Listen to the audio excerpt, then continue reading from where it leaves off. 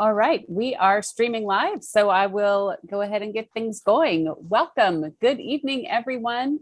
And you are joining us for the Hillsborough Town Board of Commissioners January workshop here on January 24th.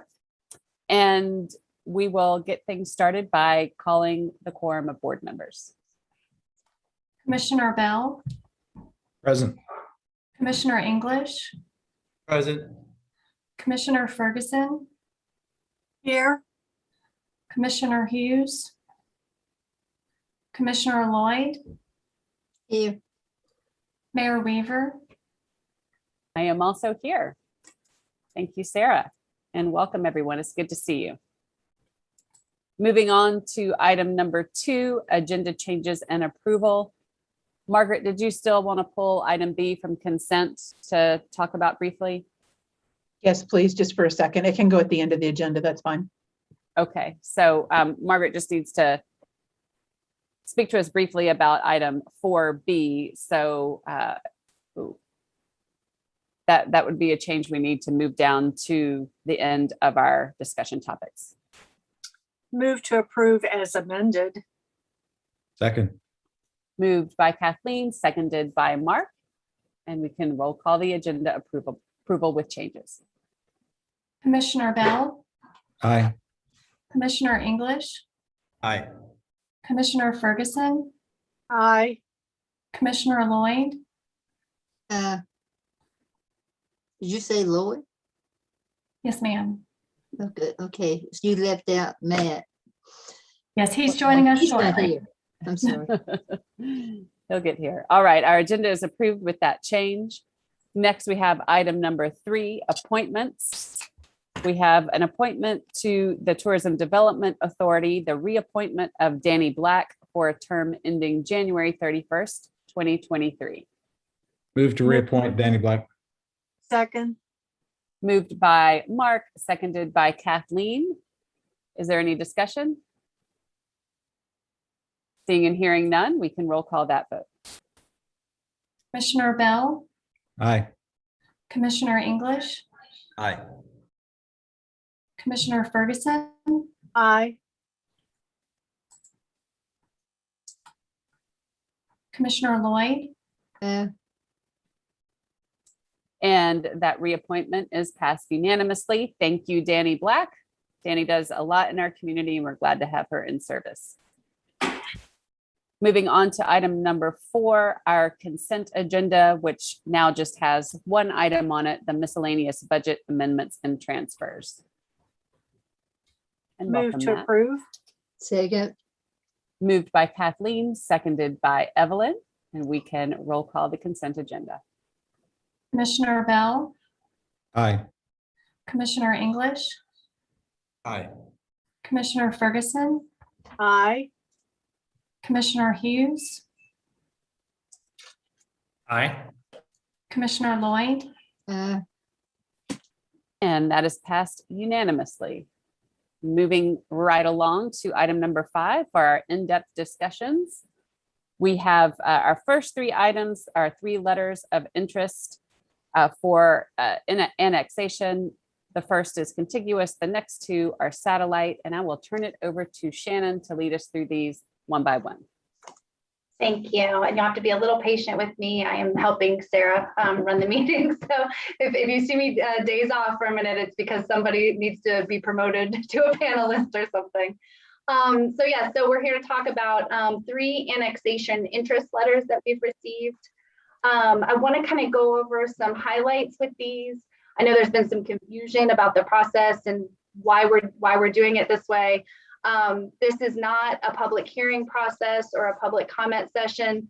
This is really just an applicant who has kind of an idea in a area of land that is not within the town's ETJ. And so what they do is they come to the town board and they kind of say, hey, we are thinking about building something here. Those uses are not narrowed down. So none of the applicants are legally required to do the uses that they talk about if they talk about any uses. It's basically just for this board to look at water and sewer. Should we serve this property? And then from a planning and future growth and sustainability perspective, is this a piece of property where we see the town growing? So I just kind of want to start with that because I know there's been some confusion about the land use portion of it. The first one I'm going to talk about is the Kate's Creek annexation piece, and I'm going to screen share really quickly if I can figure out how to do that. And Shannon, if I may, while you're getting that pulled together, if I could just add to what you said, thank you for that introduction.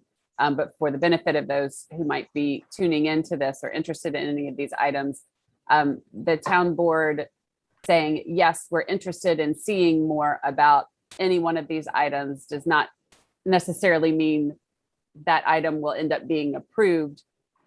And if the town board says, no, we're not interested in any of these items, that does not necessarily mean the applicant couldn't return sometime in the future. Is that right?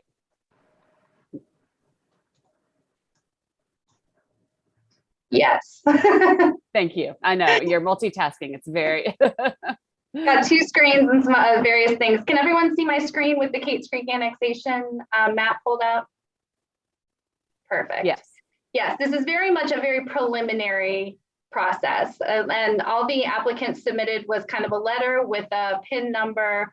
And some of them want to share ideas about what they think they might do in the future.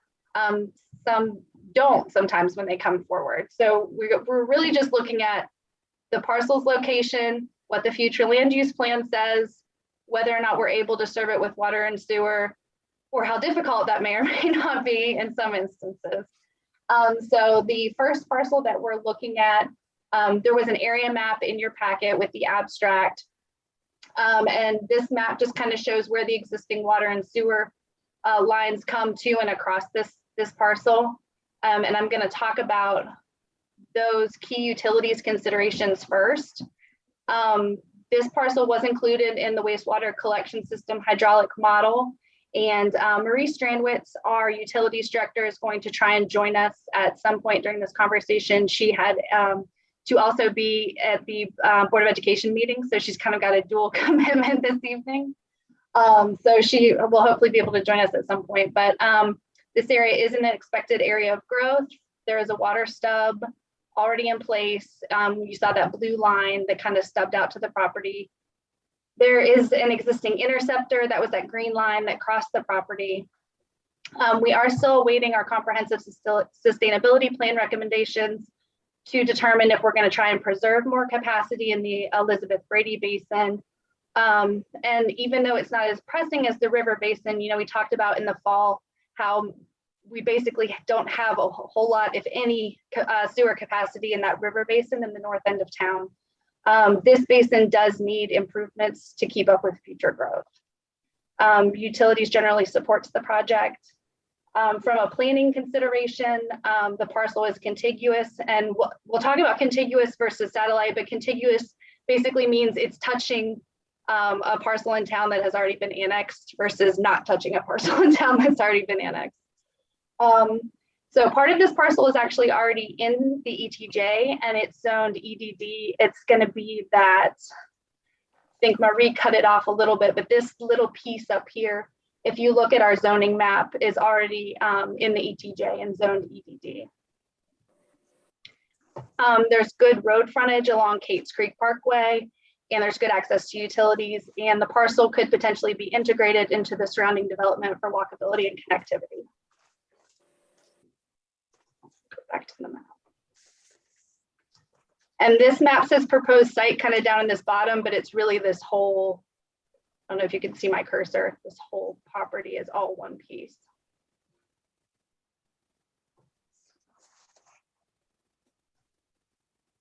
I am going to bring the applicant in and see if they have anything that they would like to add. John, if you get a notification, just go ahead and accept it to come into the meeting.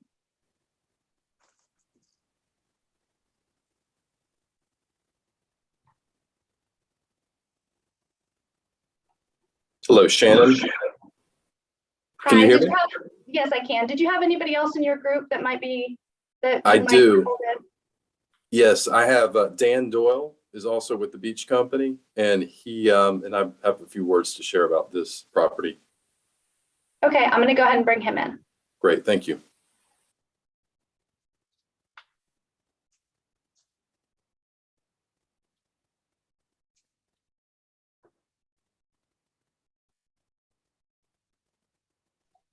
All right, Dan is in whenever you all are ready to share with the board and answer any questions that you have.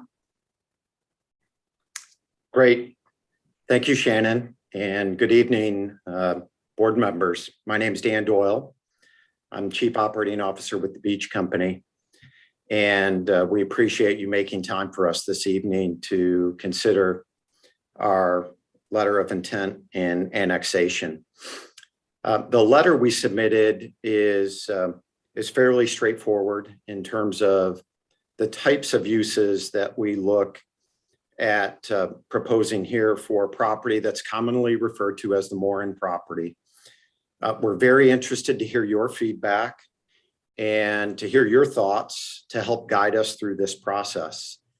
Our primary goal this evening is to really understand what the next steps are, and Shannon did a great job as to helping to explain that. But clearly there is more to learn, and that's what we're hoping to get from this evening.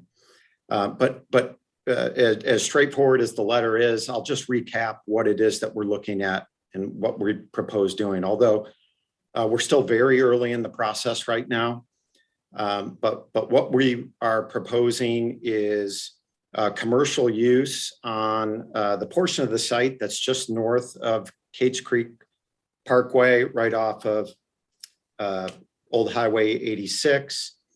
And then a residential use as you move down the site, both just to the north of Cates Creek and to the south of Cates Creek.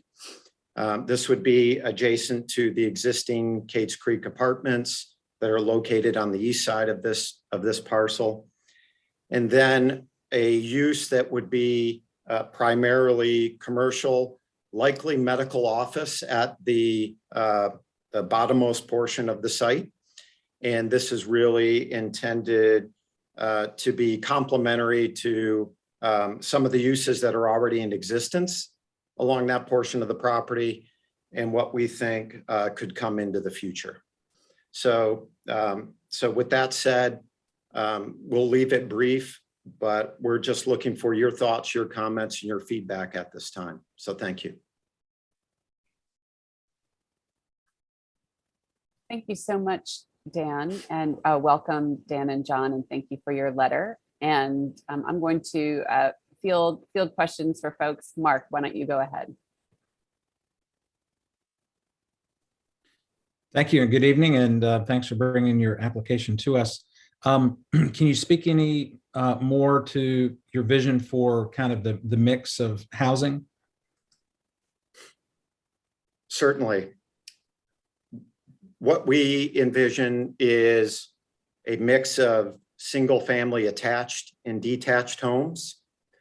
But as we outlined in the letter, the setup of that development, what we're currently proposing would be on a for rent versus a for sale basis. So it's somewhat unique in that it is a single family model in terms of the creation of the neighborhood, the creation of the internal streets, and the connectivity that Shannon mentioned earlier.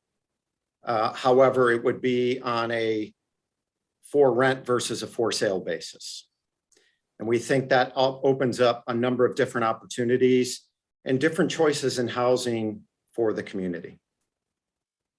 And do you have a vision for will there be a range of price points? Are you going for the high-end market? Are you amenable to discussing making some of these units truly affordable?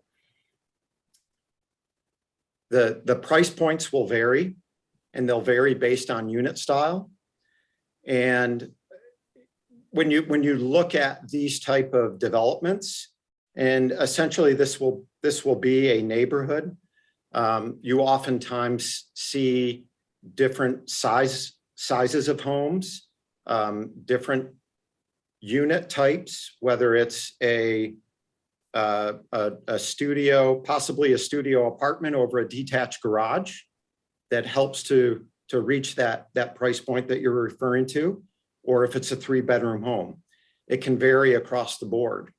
Could we be open to further discussion on that? We're always open, and that's what we're here tonight, is to learn more from all of you. The challenge that we have is in whether it's in this location or any place else. And I think it's something that's facing all communities across the country right now, is housing affordability and housing attainability. And so how do we approach that, and how do we help to solve that problem? From the private sector side, how we approach that problem is just what I said. We offer different price points and different unit styles to help meet that need. If it's something that goes beyond that, we have the challenge of market rate pricing for land, market rate pricing for construction, market rate pricing for operation of this type of development. And so oftentimes, in order to really take it beyond, it really requires more of a public-private partnership to help truly solve the true affordability or attainability issues that we see, not only in your community, but everywhere that we do business throughout the Southeast. So yes, we are open to it, but I think we have to be very creative in how we try to solve for that. And we try to do that on our own, just from the unit mixes. Thank you. And just, for your edification, this board is very interested in diversity of housing stock and making it affordable wherever possible. So I'm glad that you're aware of what the challenges are for that, and that would be willing to engage in that conversation. Those are my questions for now. Thank you. I have a question. Okay, Evelyn, it's okay. I think Matt had his hand up first. So Okay. Matt, then Yeah. Evelyn, then Kathleen. I'm happy to defer to Commissioner Lloyd. All right. Chivalry lives, Evelyn. Your I get to turn. go? You do. Oh. Have you thought anything about, I think you said commercial or something like that along the way? Did you mention commercial? Yes, whether that is a combination of retail or other commercial type uses on the north portion of the property, and then commercial use in the form of office or medical office at the southernmost portion of the property. We already have, of course, it's your property, but we already have a good number of, I think, hospitals, and then there's a medical office as you enter Waterstone. Something that the people who live in Waterstone, which was not your responsibility, don't have a place to go grocery shopping, and a lot of them were promised a grocery store.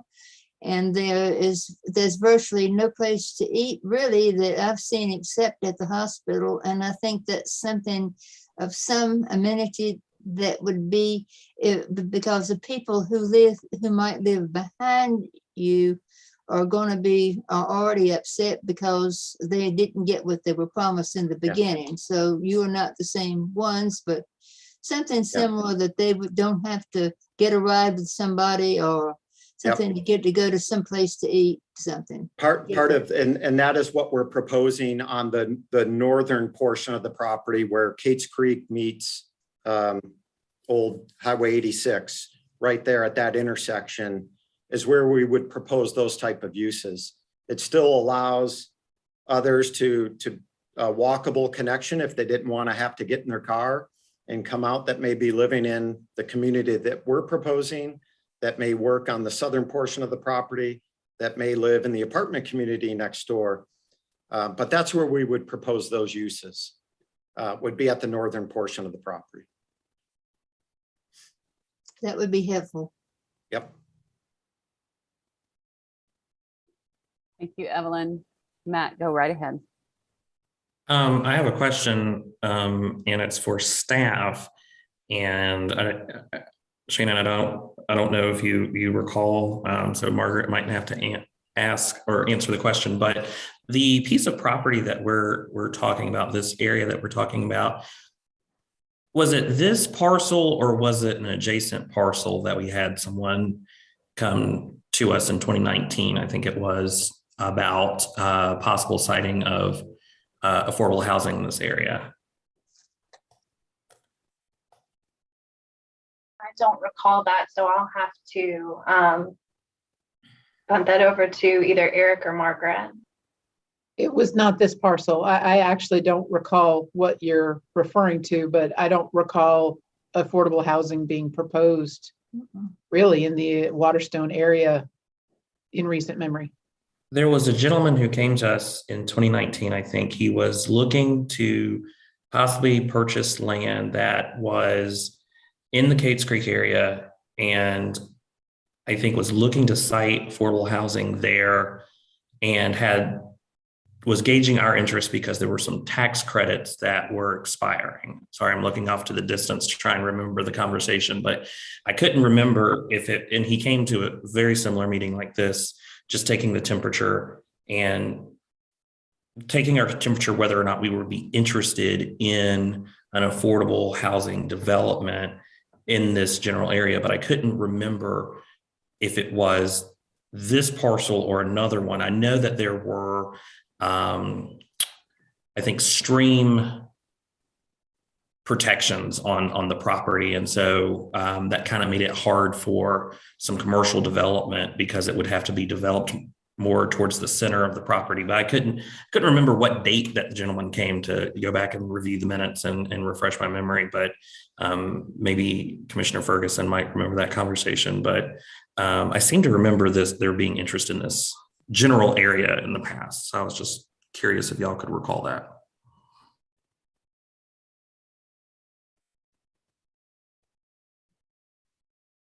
So I remember what you're talking about, Matt. So it has to be since I was on the board. I don't remember the word affordable coming up, but I do remember the size of those lots indicated that it might be more affordable because they were small size lots. That's what they were proposing, but that's what I remember. I was on mute, sorry, but I do remember it was not this parcel, but it was a parcel on 86. And what I can't remember is if it's where the medical center went in, or memory serves, it's the parcel next to it, next to the doctor's office. And I don't know if that's correct, but that's what my memory is. It was definitely not this parcel though.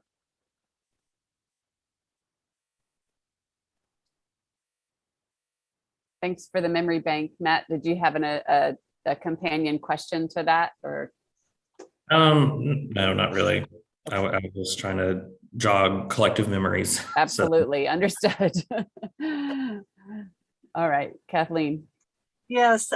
So anyhow, I appreciate the mixed uses, and you made reference to the market rate. You know, one of the things that Habitat did in Charlottesville that was successful is they purchased market rate property and they developed it with a mix of market and affordable, and you can't tell which is which. They've done the same thing in Boulder.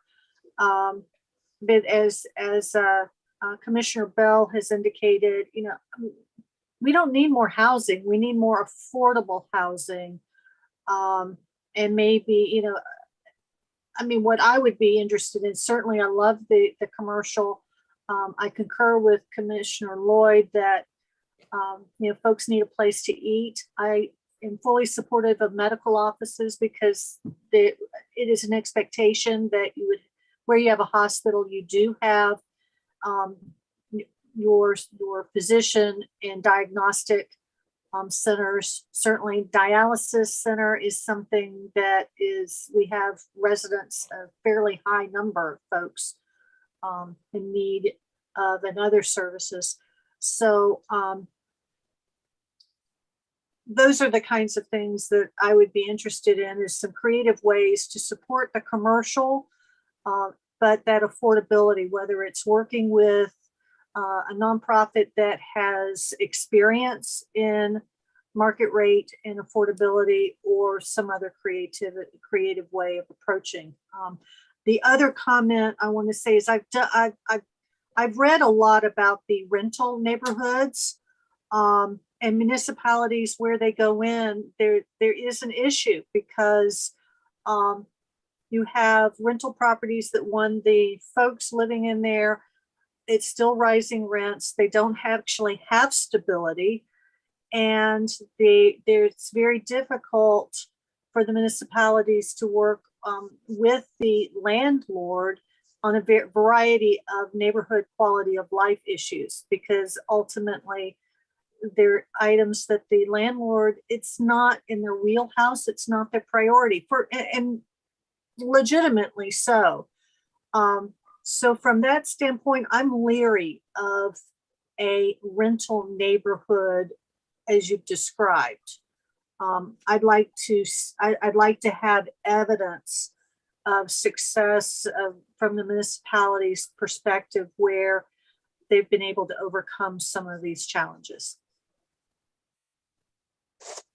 Okay.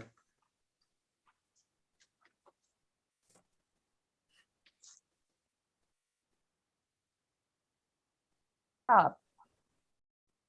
I'm really piggybacking on my colleagues and the things they've already expressed. As Commissioner Bell indicated, this board definitely is interested in hearing how we can make things more affordable and have more affordable housing in the town of Hillsborough. So it sounds like, you know, you have put some thought towards that already, Dan, and we appreciate that. And we would encourage, you know, continued conversations of how we can potentially creatively make that work. Also agree with Commissioner Ferguson that we don't really necessarily need more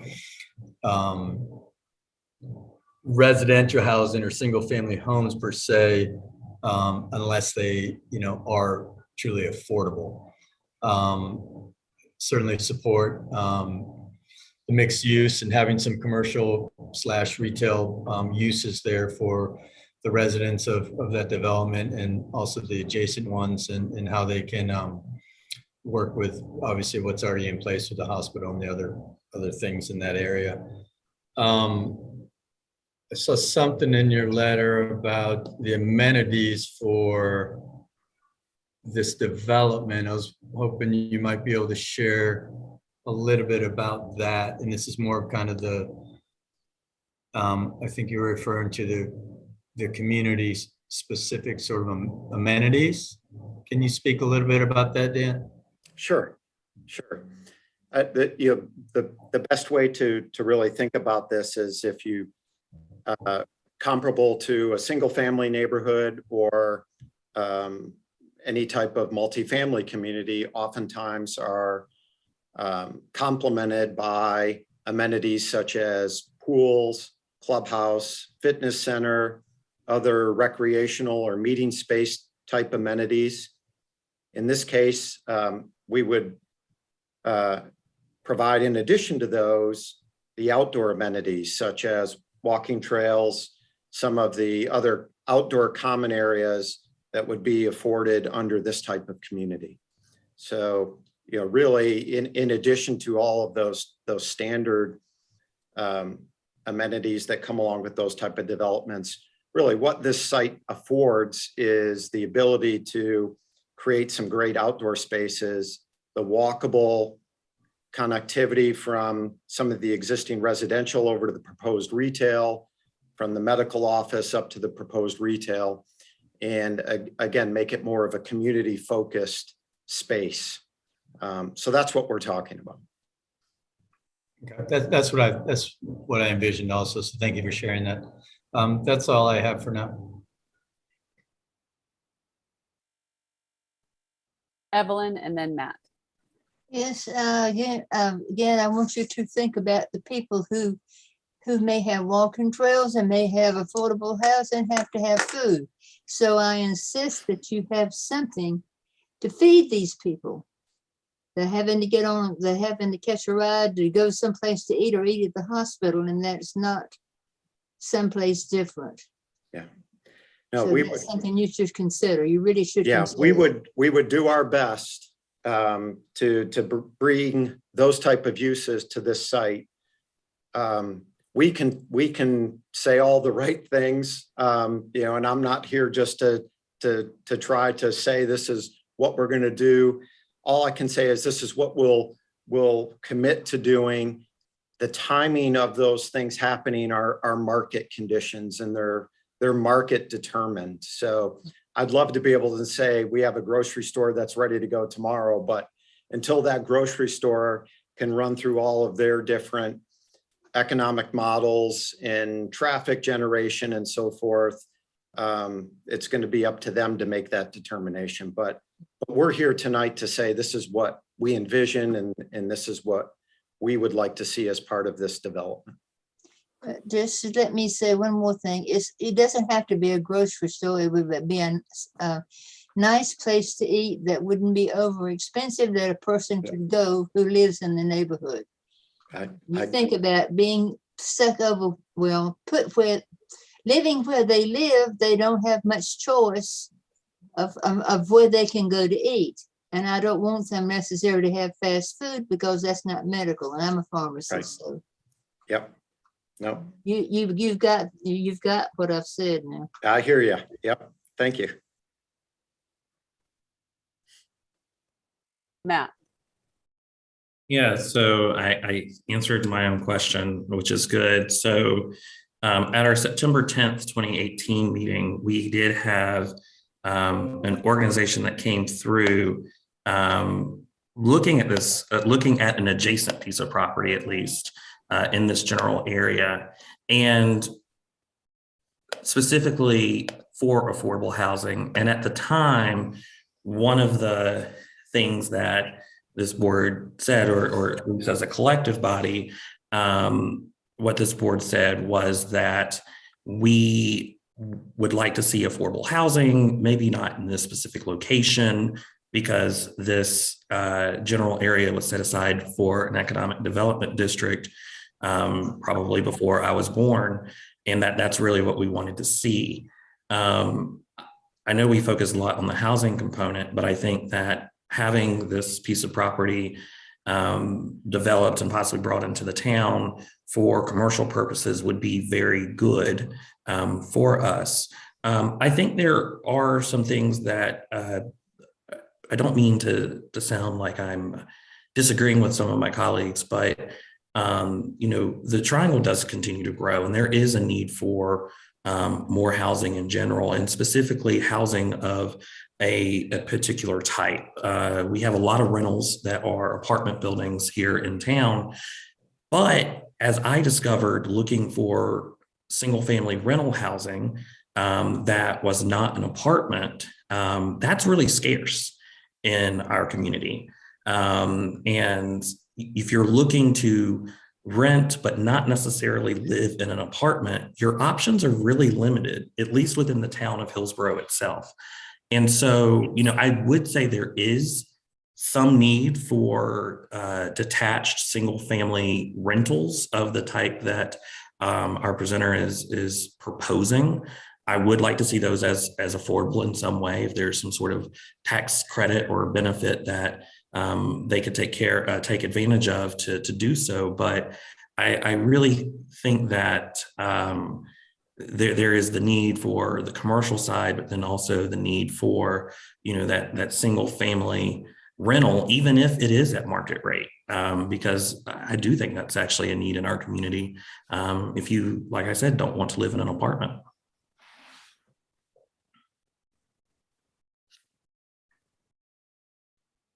Thank you, Matt. And I really appreciate all these questions and comments. And kind of on that note, just remembering the conversations we've had about this whole area, the whole Waterstone area, and the need for rooftops for some of the commercial, and we don't, as the board members, we don't always feel like we have that information. So we're just trying to make the best approximations we can, with our conversations with developers. And so all this, all this is to say that I think everyone here is asking really good points and giving kind of a good idea of the important things that this body has talked about over the past few years in this area and what we feel like our needs are. Are there other questions or comments?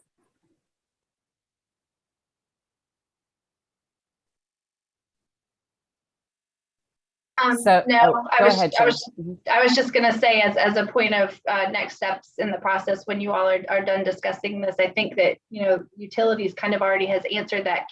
Should we serve the parcel generally, but that final decision is kind of up to this board to give us direction on that with, serving this parcel with water and sewer. And then I think this board also kind of needs to give us some direction as to whether or not they'd be interested in taking next steps towards annexation, and whether or not we need a fiscal analysis report. And I don't know if Eric wants to speak more on that to kind of refresh what those are and why we do those for any. We haven't done one of these in a little while. That'd be great. Thanks.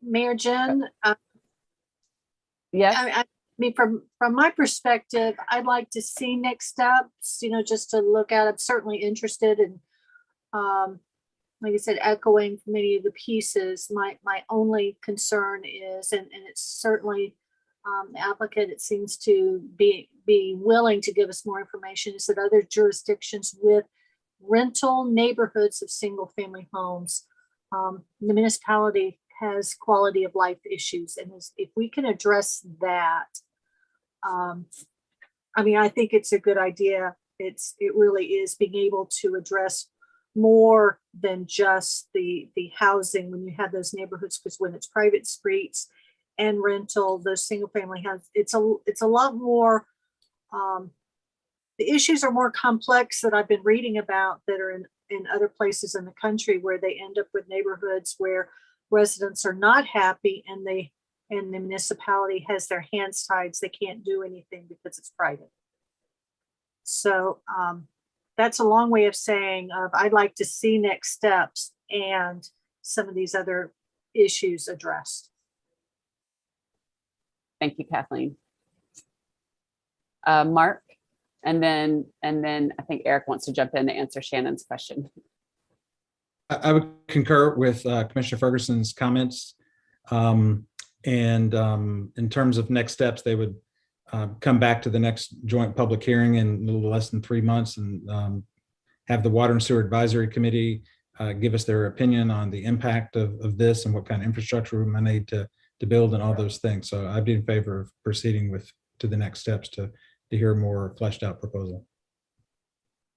All right, I'm hearing two verbalized, want to see next steps, and I'm seeing a couple of nodding of heads as well. And we'll circle back to that in a second. Eric, why don't you jump in here? Thank you. As far as doing an annexation feasibility study, as Shannon mentioned, we haven't done one in a while, though we'd have to have more information than we do today from the developer to give us a model to work off of. As far as like how many units, what types of units, what type of square footage, what are the uses, and a breakdown of all of those types of items to allow us to get started on that. And then again, we'll just try to work it in the queue with everything else. But if we've got 3 months, that helps. Thank you. Evelyn, are you interested in taking this into the next steps to see a more fleshed out proposal? Am I? Yes. I am, but I agree with the manager. Well, maybe. I think we need to know more about the water capacity, and that would come in I guess the material that they would bring us, the water usage and the sewer uses and that type thing. We really shouldn't overlook, because we have limited supply. Agreed. That's certainly been present on all of our minds over the past few months. And I'm seeing nodding of heads. And then Margaret, I wonder if you could jump in, because this is the first batch of these that we've gotten since we changed, since we got rid of special use permits. Can you just say a little bit about that? And I want to be sure that we all understand the process.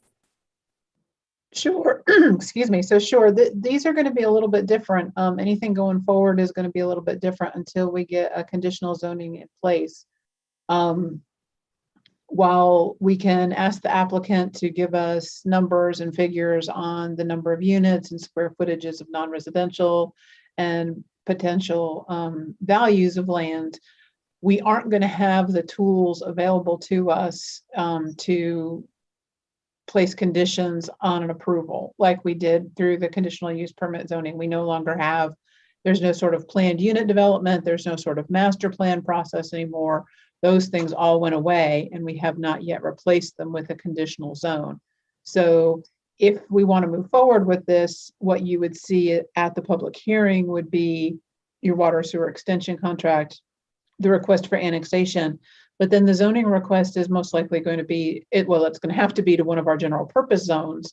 Now they might carve it up into pieces. So since this piece of land already has a road going through it, it carves nicely into the piece north of Cates Creek Parkway and the part south, plus Cates Creek flows through it. They might want to divide it again. They could come in and technically ask for 3 or 4 different zonings on this property that would give you a better indication of what uses might locate where.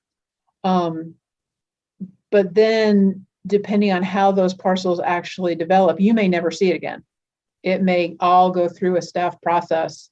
And so like you negotiated with Waterstone, you worked about, this is what we need for public safety. This is what we need for public works and trash collection. This is the condition we have for affordability. Those tools really aren't available. And so it's going to be a little bit different process.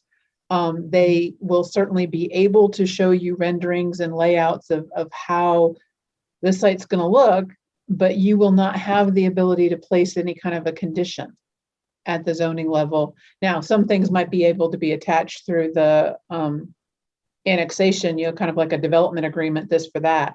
But in terms of the real land use stuff, it might be quite a bit different than what you're used to. And we'll just have to be very diligent moving forward and careful, understanding what the board has the ability to place conditions on and what they don't. And I may need Bob to tie in or join us and talk a little bit about what we can actually condition through either a development agreement or on an annexation. But I'll stop there and try and answer questions.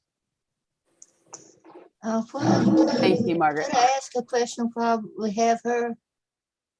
While we have Sure. have Margaret, could you tell us how much satellite annexation we have left? Well, Evelyn, let's hold that for our next 2 Oh, items. you want to hold that? Yeah, this property is not satellite. This property is actually contiguous. So Okay, well, we'll catch up on that. Said some satellite. Yeah, we'll catch up on that on the next ones. Okay. I guess I was thinking about annexation. Okay. Pardon me, this is John Reyna, also with the Beach Company. One of the things we've been studying is what this process looks like for rezoning without the benefit of the special use permit mechanism. And I think that maybe there is just for our benefit another conversation so that we can understand what would be the best general purpose zones for the uses that we've talked about. Obviously, it's a little challenging to do what in essence is a master plan community when by striping the site and under the existing general purpose zones. We'd love to learn more about that. In addition to your interest in the uses on the site. Thank you, John. And that is where our staff is really terrific, and also learning a new process as well, since we've just changed this. But it's I'm not making this official yet, but I think we're getting nodding of heads that people are interested in seeing more. So We will all do a little bit of learning together as we go. Kathleen, and then I'll see Yeah.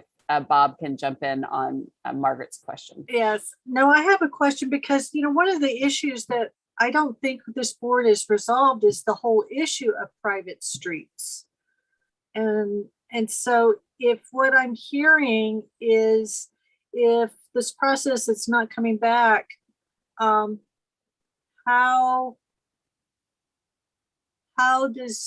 is that intersection of this board's consideration of are we or are we not going to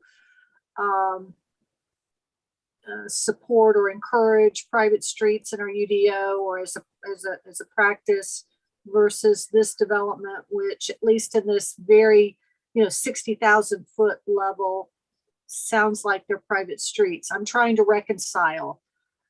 I think I saw Margaret take herself off mute. Maybe she's ready to answer that. Yeah, well, part of it is we don't know what they're going to propose yet. We don't have a proposal. So to presume private streets, it's a little premature. Okay. And then if we did move forward, that would let staff know that we need to get a clear direction from the board on what is the stance of the board for private streets so that we can make sure that the ordinance is aligned. This idea of a single family detached or semi-detached rental product is totally new. I mean, new to Hillsborough. It's something we've never seen before. So I think the applicant would have a wide range of, he might want to do private streets, he might want to do public streets, he might want to mix it up and have some of them be public and private. We don't know, and I don't think that the discussions have gotten that detailed yet.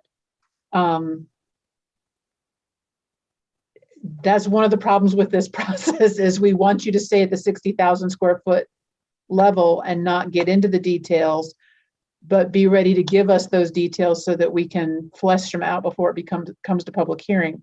And I also want to take a chance to say that it is entirely possible that it will be more than 3 months before this comes to your next quarterly hearing. I don't know what the applicant's time frame is for getting us a complete application, and that's it could be longer, but I'll stop there. Thank you. I was just going to chime in and just remind the board that at our last joint public hearing that we had with the planning board, we did make some altercations to where private streets and public streets are permitted, and kind of requiring that, certain private streets be built to a public standard. So I think we're getting closer on that, just to try to make sure that we have some consistency across the board. Thank you, Shannon. Bob, could you chime in on Margaret's question, which I probably won't be able to repeat, but about where we might be able to exert some parameters through annexation? Well, I'm not so sure that annexation is the vehicle through which we can discuss some of these issues, but certainly the statutes authorize development agreements, which are, this is simplifying it a little bit, but you almost create a mini zoning ordinance for a specific piece of property through a development agreement. It's similar in some respects to conditional zoning. You have to go through the whole hearing process and a public hearing process and negotiations to establish the terms of the development agreement. And what that tells us, what the development agreement would tell us, is what kind of uses they propose, the density they propose, essentially where on the property certain types of uses might be located. So, I mean, there is a vehicle available in the general statutes that we can use to kind of flesh out some of these issues anyway. Thank you, Bob. Well, when we're typically in unanimous agreement about which direction we want to go in, we don't typically take a vote on this. And it seems like, go ahead, Rob. I just want to communicate that I'm looking forward to seeing next steps also. So I don't know if I did that by nodding, bobbing. I but, saw your head nod, but you're always welcome to to get it on the record.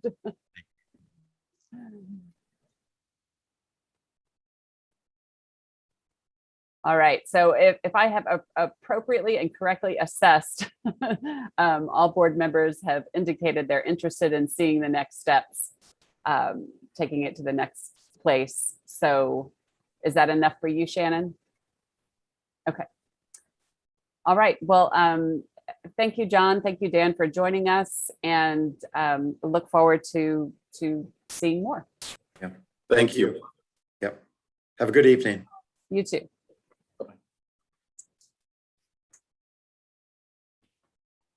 And now we will move on to the next item, which is B, the North 86 annexation interest. And I know Shannon's probably letting folks in, so we'll just have a little pause till she's ready. 1 second.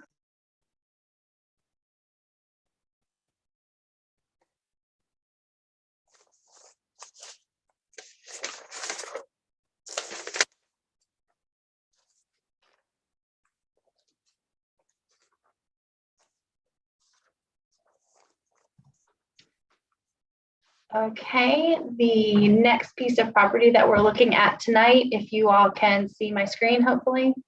Get a thumbs up from somebody. Yeah, okay.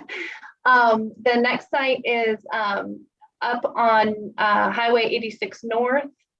The letter that was submitted, and we'll get some clarity from the applicant. The letter that was submitted was for this piece of property where the proposed site star is. But they also have talked about the property immediately to the north of this as well. So I'm just going to focus on what the letter said at this point, and maybe when they come in, they can talk about the option for the additional site north. So the key considerations for this property, and I think Evelyn already touched on this a little bit as far as the planning considerations. So I'll get to that, but for the utilities considerations, this property, since it's a little ways outside of the town limits, has not been included in our wastewater collection system hydraulic models. And also this property being north of town is in that river basin that Marie discussed with you all at being kind of at or near capacity that we need to do some work on to try and find some space for. And this board made a resolution not to support non-contiguous annexations until at least March 2022 to give us some time to figure out kind of what we're going to do about that issue. There are some potential capacity limitations in the downstream pumping stations. And then additional flow could generate hydrogen sulfide gases from force mains, which can deteriorate the pipes. And it's kind of more than just a pumping station capacity concern. We already have a lot of inquiries for infill within the river basin. So properties that are vacant, maybe they're family or heirs owned, 2 or 3 properties kind of in the north end of town, more in the town limits or in the ETJ that are turning over a lot. I think you'll kind of see that when you drive through town. A piece of land that was woods is now 2 houses or 3 houses. So we're seeing that kind of growth. So we kind of have to think about whether or not we're giving precedence to that, or, you know, bigger pieces of property kind of further outside of town.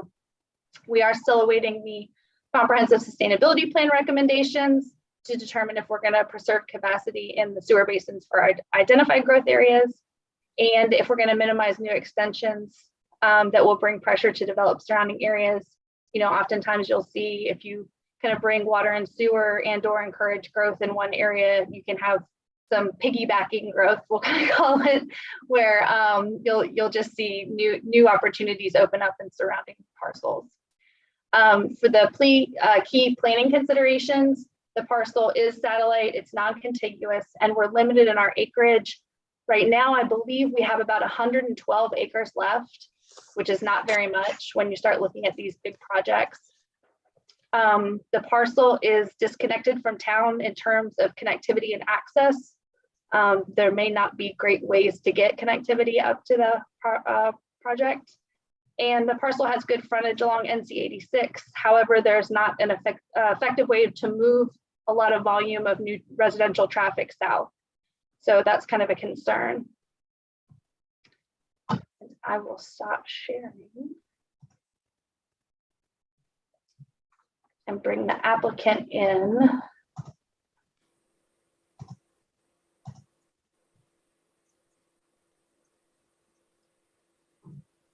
There we go.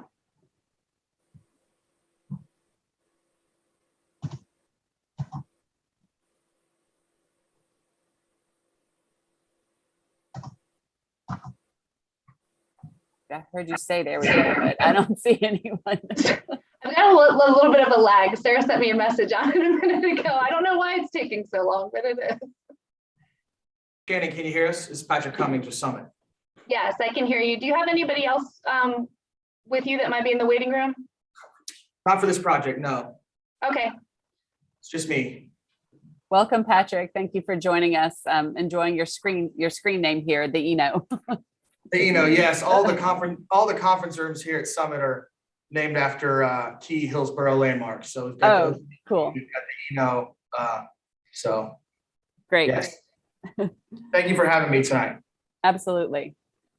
Well, I will start fielding questions. Well, actually, I'm sorry, Patrick, why don't you say a little bit more about what your plans are, what your possible vision is for this?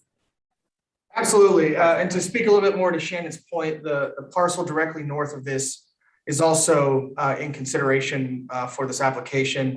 The planned vision for the project includes 100,000 square feet of light industrial and flex space in that northern parcel that Shannon shared, as well as 68 residential lots planned for the parcel that was listed in the application letter. These homes will be consistent with a Churton Grove feel and neighborhood type on that parcel. The total project size is about 120 acres. And if satellite annexation is approved for this project, we could curtail the requests on these parcels to meet the allotted acreage available for satellite annexation. All right, thank you. Absolutely. Kathleen. Yes, well, timing wise, it's a little frustrating because I am not opposed to some development in the north side. I know we talk about going through town. We don't have to. There's a lot of east-west traffic, and supporting that east-west traffic, I think, is fine. And we need the industrial space. And in terms of development, one of an unintended consequence of focusing on development south is that you don't have the redevelopment at the same level that in the north side that you do the south side. And that actually leads to long-term, it makes it, you get the wrong side of the tracks or the right kind of tracks over periods of decades. So mindful of that, and we need the light industrial. So my thoughts are, I actually really like this project, and the timing is such that I think it's bad timing for the reasons that have been brought up. We need to focus on infill rather than satellite development, and that water sewer capacity, we're hamstrung right now. And again, we need to focus on that infill. So right now, it's a great project. I would love to see it. I don't think it's the right time for it, given some of our other priorities. And I really want to hear what my fellow board members feel.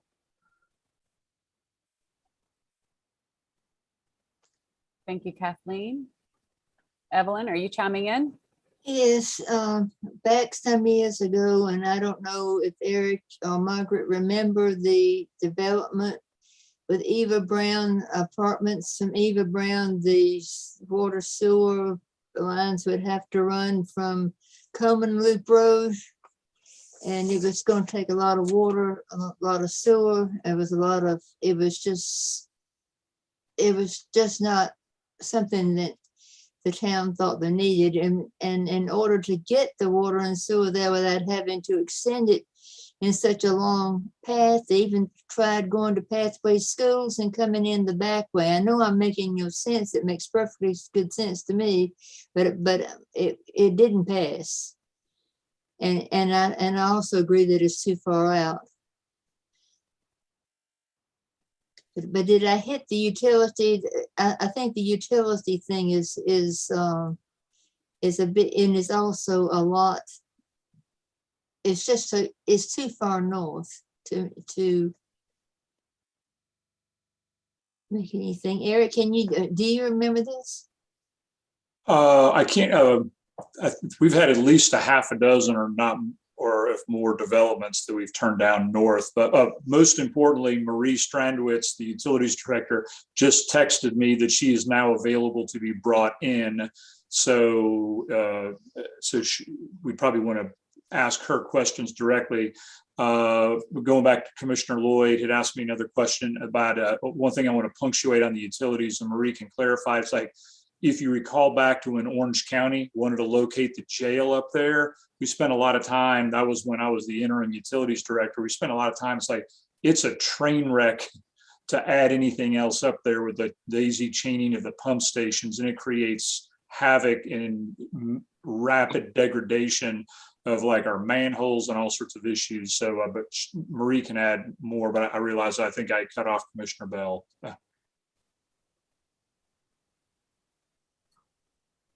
I'm just patiently waiting my turn.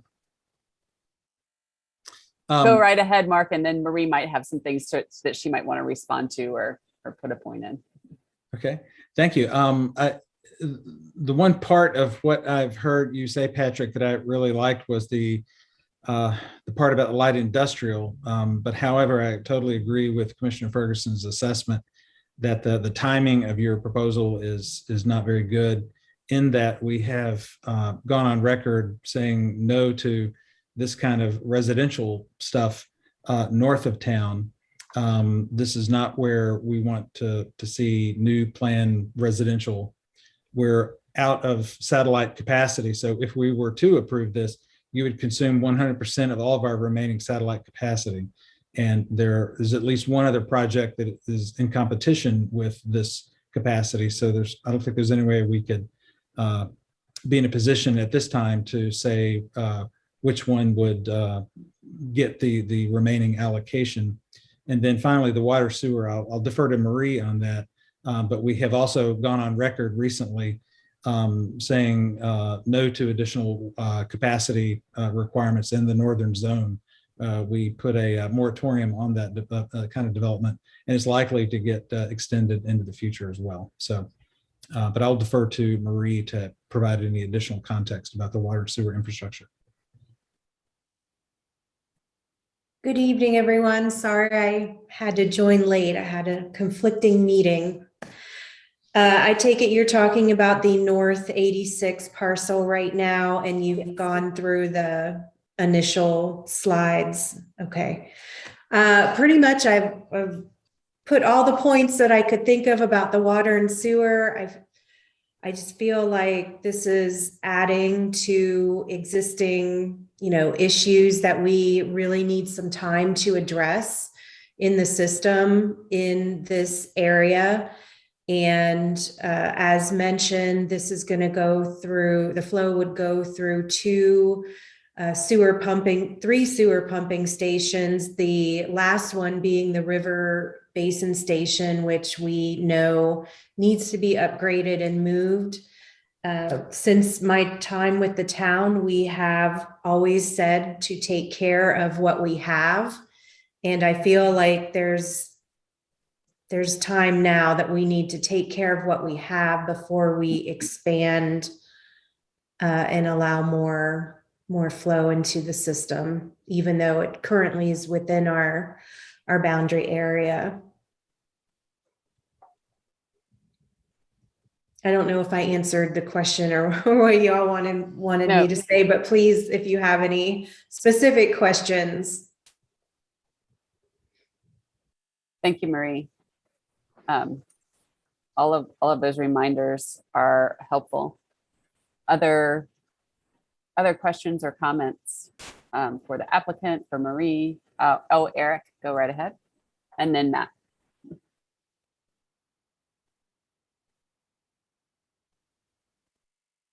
Eric, did you? I lost myself in the stream.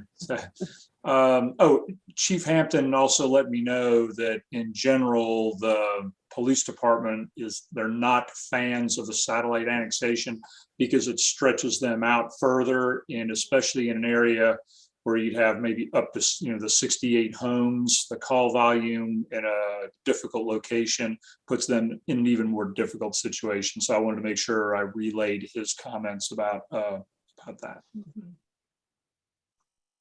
Thank you. Matt.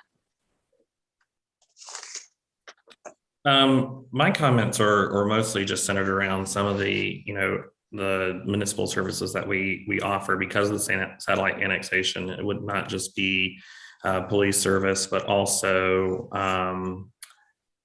trash service as well. And of course, you get in the conversation of public-private streets during events like we had the last couple of weekends. That probably weighs on me a little bit more just because I think the capacity issues, I'm not sure, maybe Patrick can speak to, how far out, is this project, how close, I guess, to shovel ready is it? But it is much further out than I think a lot of the other places could possibly be that would be developed, even though, as Marie said, it is within our service boundaries. So, I mean, I think of it more in terms of the possible impact on the other municipal services, just being so far out there, and the cost and the wear and tear on equipment and that sort of thing.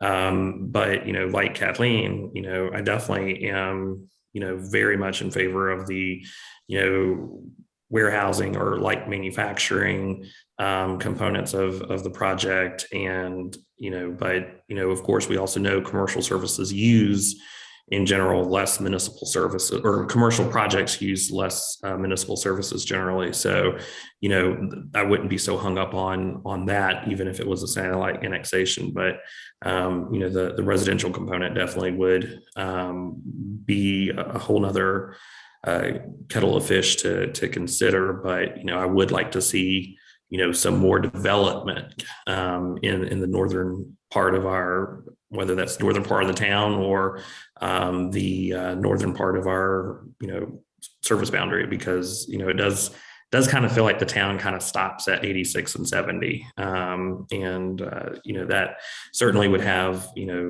negative impact on commercial businesses on that side of town.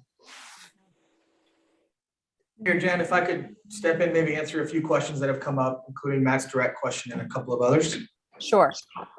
So as far as timeline for the project, Matt, right now, the plan would be to start with the single family homes, be 18 to 24 months to get that project to where it's shovel ready. The horizon on the commercial industrial portion of the project would be after that. And I say after that only so far as we would have to more specifically identify a user base for those buildings, and those transactions would be more favorable to buyers as the residential comes online. So we feel from a development standpoint that there's a more favorable environment for the commercial if the residential goes first.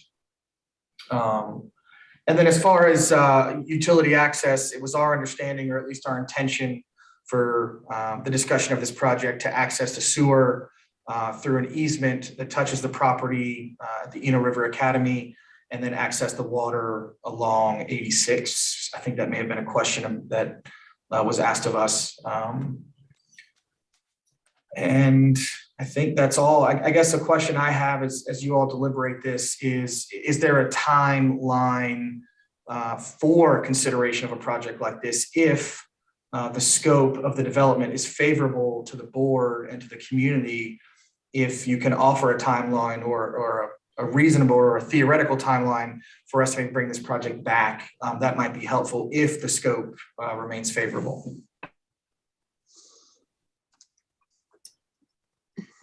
Well, let me jump in a couple ways, and then I'd like to hear from staff.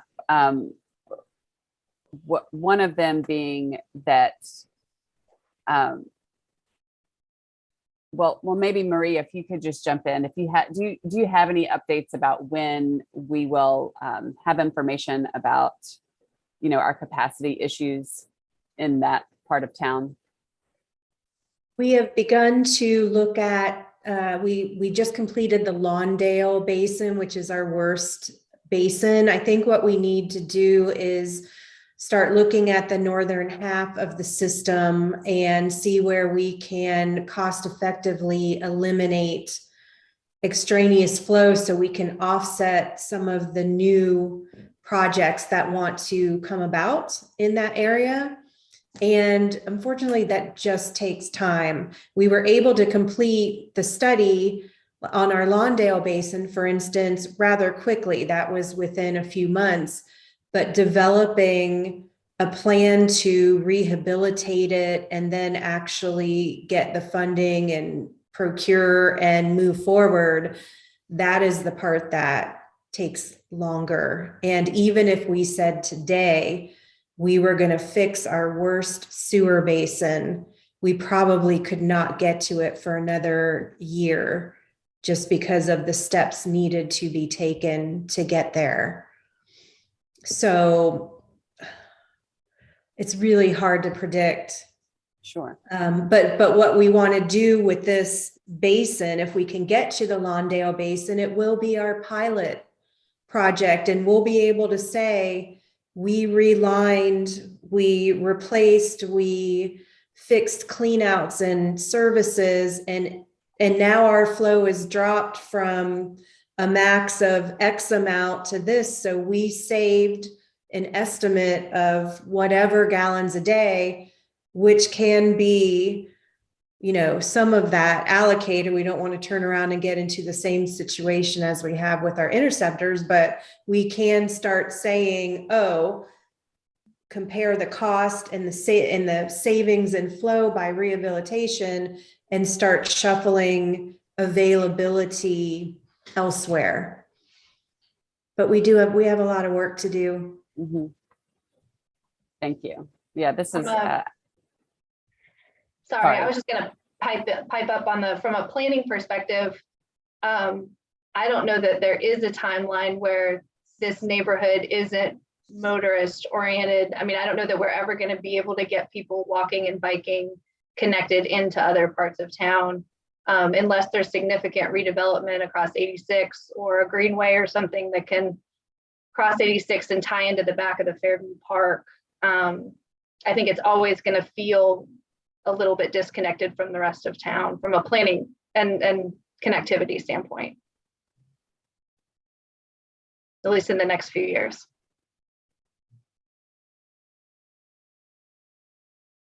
Thank you, Shannon and Marie. Those key planning considerations are pretty important for our board to keep in mind as we proceed. We have we put a lot of time, we're still putting a lot of time and effort into the comprehensive sustainability plan, and we need to be remembering that that's going to be informing how we develop and grow and where we're able to make choices. Other questions, comments?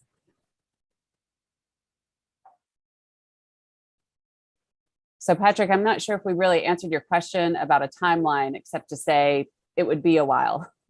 And I hope that board members will let me know if I'm misrepresenting what I believe people are saying, which is that folks there are a couple of board members who like the idea of the light industrial space, but I'm not hearing a lot of enthusiasm for the neighborhood part. So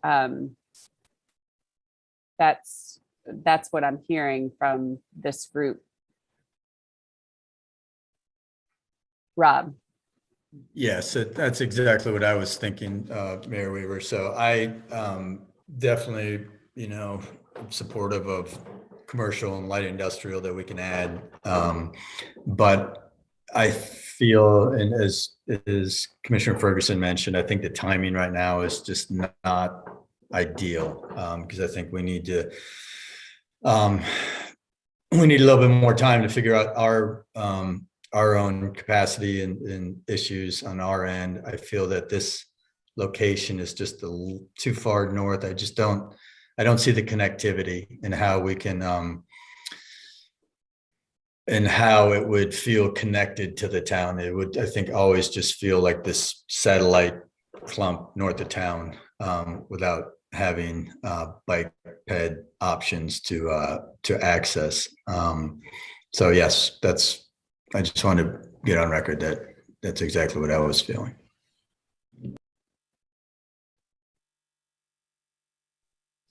Mayor Weaver, I don't have any further questions at this time. I don't have any questions as the applicant. Okay, thank you, Patrick. Do other board members have questions or comments?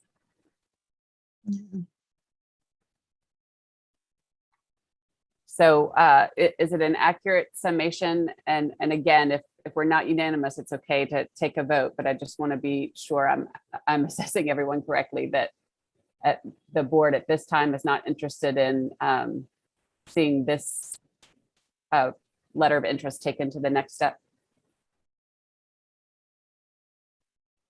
I mean, for me, I think you're correct. I think not at this time. Agree. All right, I've got Kathleen, Rob, Mark. I guess I'll Evelyn nod. Matt, are you in agreement? I mean, I think my colleague summed it up. You know, the light industrial piece is great. I actually think it's in line with that area. I think there's some sort of warehouse or something in the immediate vicinity, but you know, I think at least with the concerns of capacity for the Northern Basin and that sort of thing, that you know maybe what you know we're just not there. But yeah, I think my folks articulated that well. Thank you, everyone. And thank you, Patrick. And are you staying in the room with us for the next item? I am. Mayor Weaver. Okay. All right. Thank you. And we will move on to item C, which is another annexation interest along Lawrence Road. Yes, give me 1 second to share. Can everyone see my screen? Yes. All right. So this is the Lawrence Road annexation interest. The proposed site is starred. You can see that there are a lot of blue lines, not really any green lines nearby. So I'll talk about that a little bit under the utility concerns. And Marie, I'm just going to kind of go through these unless you want to do it since you're here now. Go ahead, Shannon. All right. Feels a little awkward now that you're in the room. I don't know, you're the expert. This property was not included in the wastewater collection system hydraulic model. The site would need a private pumping station in order to make the sewer work. Initially, the developer planned a sewer route through a street in an unsewered neighborhood, which caused some questions around equity and you know, how the people on the street may feel if sewer goes by them, but they're not tied in. So we had some questions about that. And then also how, even if that street gets tied in, how will the rest of the neighborhood feel about some people getting sewer service and others not? So that was a point of concern when we first looked at this. We have previously suggested to the board and looked at potentially shrinking the service, so our service area boundary for a couple of reasons, but mainly because of the next point, which is that this area is part of Durham's tier quarry plan, which is a watershed protected area. I believe at one point, and Margaret can correct me if I'm wrong, this board did pass a resolution to kind of sign on to those watershed protections when that quarry moves forward. So there would definitely be some questions about development impacts related to this project if this were to move forward. And we're still awaiting comprehensive sustainability plan recommendations about preserving capacity in Elizabeth Brady and also minimizing new extensions that will bring pressure to develop surrounding areas or redevelop in this case. A lot of the area around this is already developed with single family detached homes. Utilities does not support the project at this time. The planning considerations, again, it's satellite, we're limited. We only have the 112 acres. And this is a pretty big chunk of land to take out of that bank that we have. The parcel is disconnected from town in terms of pedestrian connectivity and access. Again, it's going to be hard to get people walking, bike, ped, whatever, to this site in particular, without some type of planning for sidewalk connections or greenways or something from nearby town annexed areas. And then the future land use plan calls for residential as a predominant land use. I believe there was a letter that came over from Orange County that talked a little bit about the COCA joint land use plan. I looked back at it again, and we may need to talk about a land use plan amendment if this does move forward. Some of the uses that have been preliminarily identified, I don't know that they fit into that mixed residential neighborhood designation.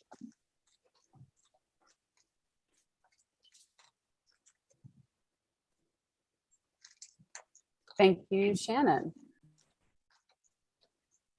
And Patrick, I will hand it back to you if there's anything you would like to add at this time before we go into questions. Thank you, Mayor Weaver. I've got the applicant here, Steve Hubrick from Hubrick Contracting. He is the applicant for Lawrence Road Partners, which is the entity that is applying on behalf of the parcel under consideration. The proposed or visionary level land uses for the project are three distinct uses. First would be a charter elementary, middle, and high school.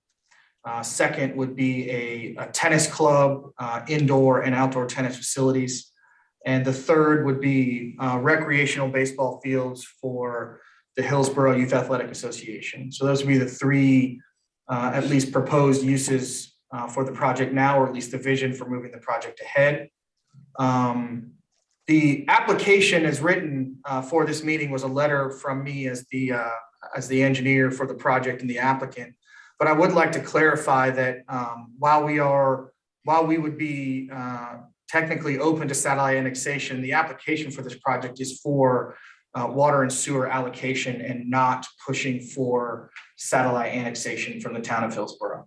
So ideally, we would push for out of town water and sewer, and a couple of other notes. The gravity sewer is an option. The applicant has secured an easement a little further into the neighborhood than is depicted on the drawing to bring gravity sewer or force main through that easement and into the Habitat for Humanity project. So it is not requisite that this impose upon the residents of the neighborhood having a gravity sewer pass by their house. The applicant has constructed many charter schools around the southeast that own and operate their own pump stations. And this project would be a candidate for that if having gravity sewer pass by residents would in any way seem as an inequity to those residents.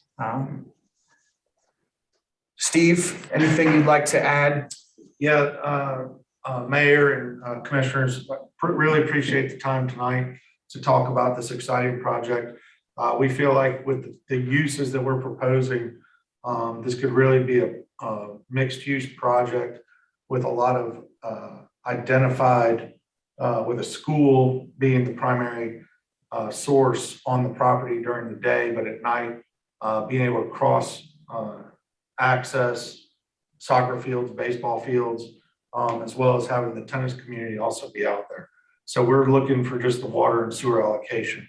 We're not necessarily looking for the annexation.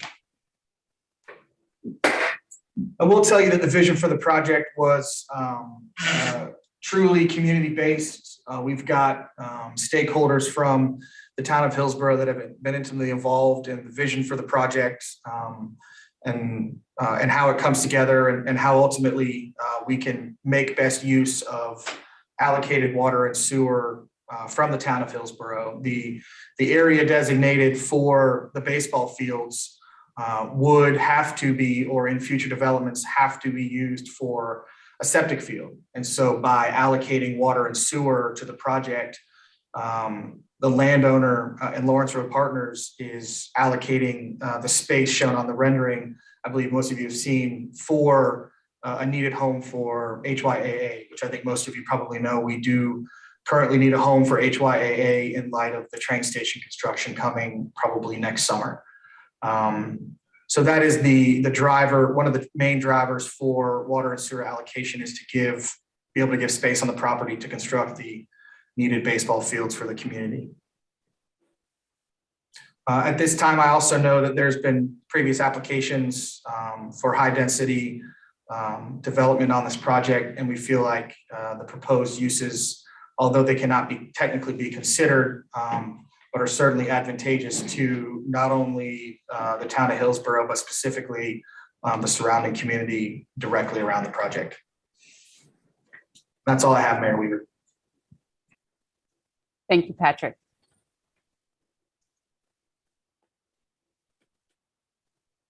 Kathleen.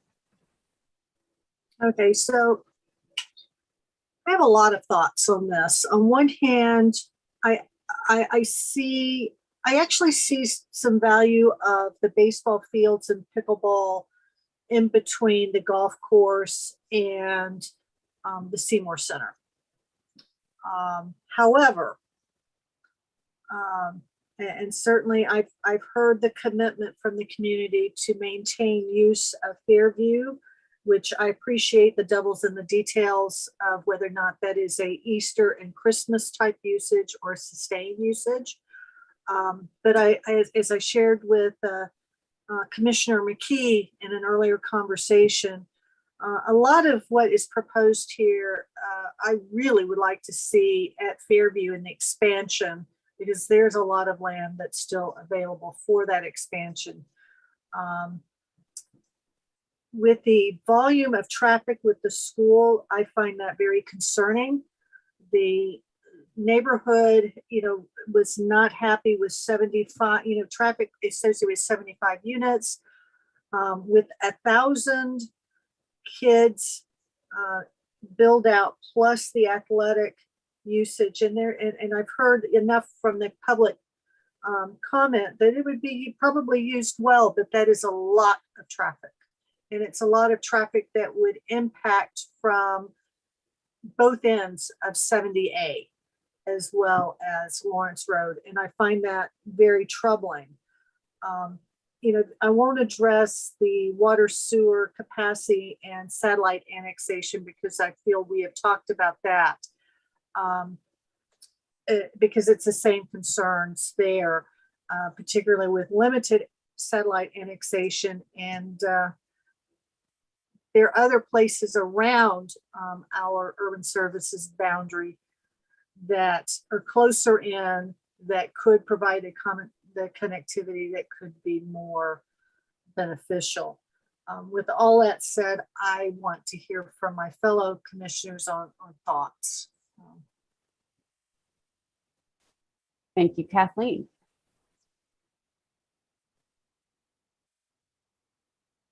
Mark, Commissioner Bell, go right ahead. Thank you. Based on the original letter that came in our packet, it included annexation. So I spent a fair amount of time thinking about annexation in light of all the others. So if you're definitely not seeking annexation, I will spare you my comments about annexation. But in general, I have two primary concerns about the proposal. One is that it's creating essentially private recreational facilities that are not owned by the town or the county. And the kinds of fields and sports amenities that have been selected, I have questions about those as well. We all recognize that HYAA is looking for a home and that the tennis courts are greatly needed. You won't find a better advocate for tennis than me. I lettered 2 years in high school, and one of my teammates became the youngest person to turn professional at that time in about 1983. So I have a lot of experience. This is the only sport that I care about, really. So I really support that. However, but it's missing some other things that I think the community would really benefit from. And those include basketball courts and skate park. So the sports that you've laid out there are great, but they're also not the big picture.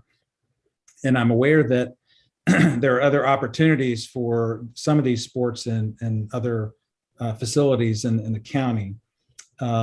So what I'm curious about is what are the needs for athletic facilities in the county, and where's the best place to put them? What is being brought to us is a proposal from a developer, but I'm not sure that it has any kind of broader thought put to it about the big picture for the sports facilities that are needed anywhere in Orange County. And then the second thing is the kind of that the proposal is not in keeping with our expressed desire for smart growth. And I'm not sure that this taking up this land, which is the future use for which is primarily residential, is in keeping with what our long-term goals are. This land is not in the town limits, and you're not seeking annexation, but you're requiring our services to make that work. So down the road, then are we going to be missing out on being able to add residential to that area? So I have a real concern with that. So, and like Commissioner Ferguson said, we've talked a lot about water sewer capacity. And then Shannon gave us some pointers in her opening slides about kind of how we have not factored lots of these things into our hydraulic model and other aspects of the challenge to providing utilities here. So I would say it's a tough road to come to the point where I could approve something like this.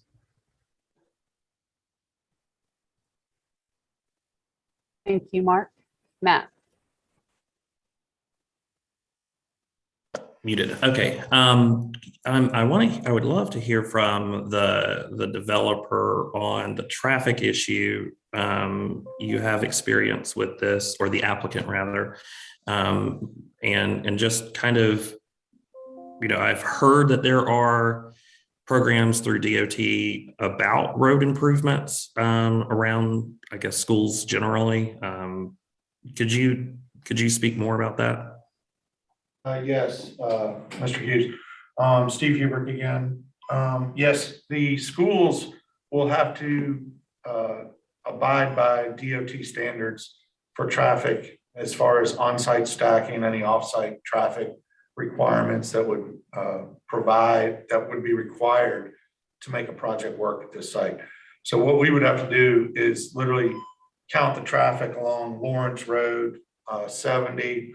The local division would give us a scoping meeting, and they would tell us to analyze 3 or 4 intersections within a mile of the site. And then they would have based on the amount of traffic that's already there, and then the new traffic from the school would dictate what improvements would have to be required off-site and how much linear feet of stacking that we'd have to provide on-site. So that is completed with every charter school project that we complete, and the DOT is in total control of all schools across the state of North Carolina. So we have no ability to, we have an ability to talk to them, to scope it out, but they're going to dictate exactly what we're going to be able to do on the site. And that includes right turn lane, left turn lane, traffic signals, anything that's required. And then the state of North Carolina is required to pay for those improvements after the applicant pays to put those improvements in. So it's like you ask for a reimbursement after the fact.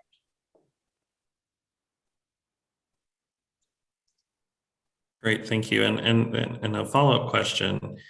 and maybe this is what in part negates the need for annexation, but who is it envisioned as owning the land under each one of these components, whether it's the schools or the tennis club or the park facilities? It seems to me that all of those would be possibly owned by nonprofits, and I don't know if nonprofits pay property tax or not, but I feel like that would be if the answer is no, then that seems like a pretty open and shut reason for no other reason than to not do annexation, because even if we annexed these properties, we wouldn't get any property tax revenues from it. Is that correct? That's correct. All three of these entities are all not-for-profit. So the tennis club, once we work through the site plan and the entire master plan, then the properties would be split up, subdivided off, and each entity would own their respective property, along with some kind of agreement, because there's going to be a lot of shared cross-access agreements between parking, driveways, etc. And I would offer that for the baseball fields, potentially the soccer fields, and the skate park, the desire of the developer is to enter into an agreement with a public entity, be it Town of Hillsborough or Orange County, to own the fields or to participate in the fields. I heard maybe Mark mention that they would be exclusively private facilities or sports fields. The goal is for them to be public, not private. The tennis club would remain, if you would call it, private, or at least the majority of the tennis club, but the baseball fields, potentially a skate park, basketball courts, with feedback could be added, or any other, walking trails. The goal of the outdoor space would be for it to be public.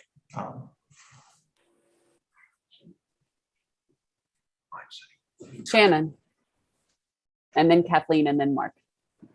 I'm not aware that the town has been approached about that potential public-private partnership, but that's neither here nor there. Maybe the county has been. I did have a question. Can you confirm the charter schools do not provide busing, correct? Well, so it just depends. A lot of charter schools, as they grow, right now, I don't think they provide busing in their current location, but they are they're maxed out with how many students they can have at the facility. So, but as they grow into this new facility, what we've seen is the schools add busing, usually 2 or 3 buses, and they do remote pickup at church parking lots or shopping centers or things like that. And then that will actually take, on a school of this size, it will take, a third, 25 to 35% of the parent drivers off the streets when they do busing. But that's pretty typical is what happens. Okay, and then do the charter schools have walk zones? And the reason I'm asking that is because if a charter student lives within a walkable distance to this, there's no way for them to safely do that, kind of like the situation we have with Cedar Grove. Would that be a concern here?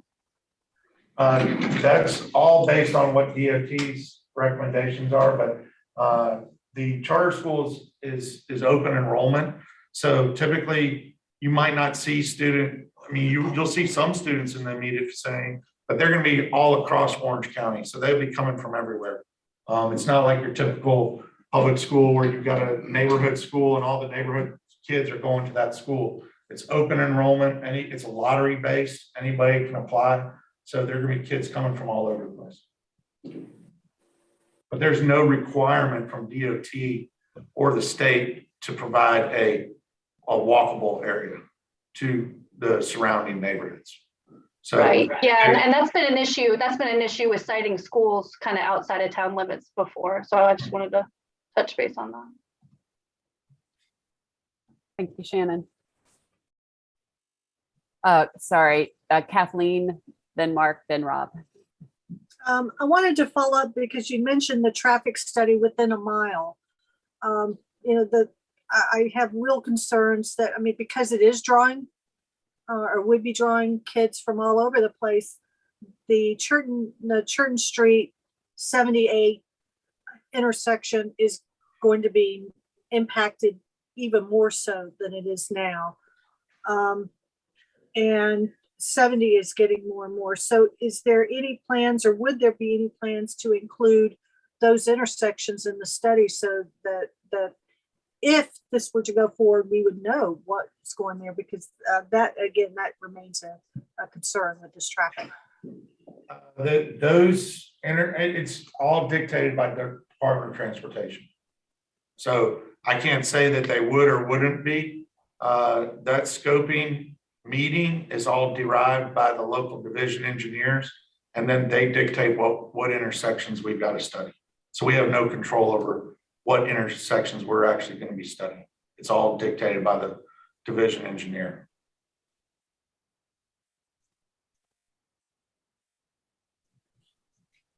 You, Kathleen. Mark. Earlier you mentioned an arrangement with the property that the charter school would have use of all the facilities during the day, with the fields, not the tennis club, but the fields, and then it would be available to the general public like after school hours.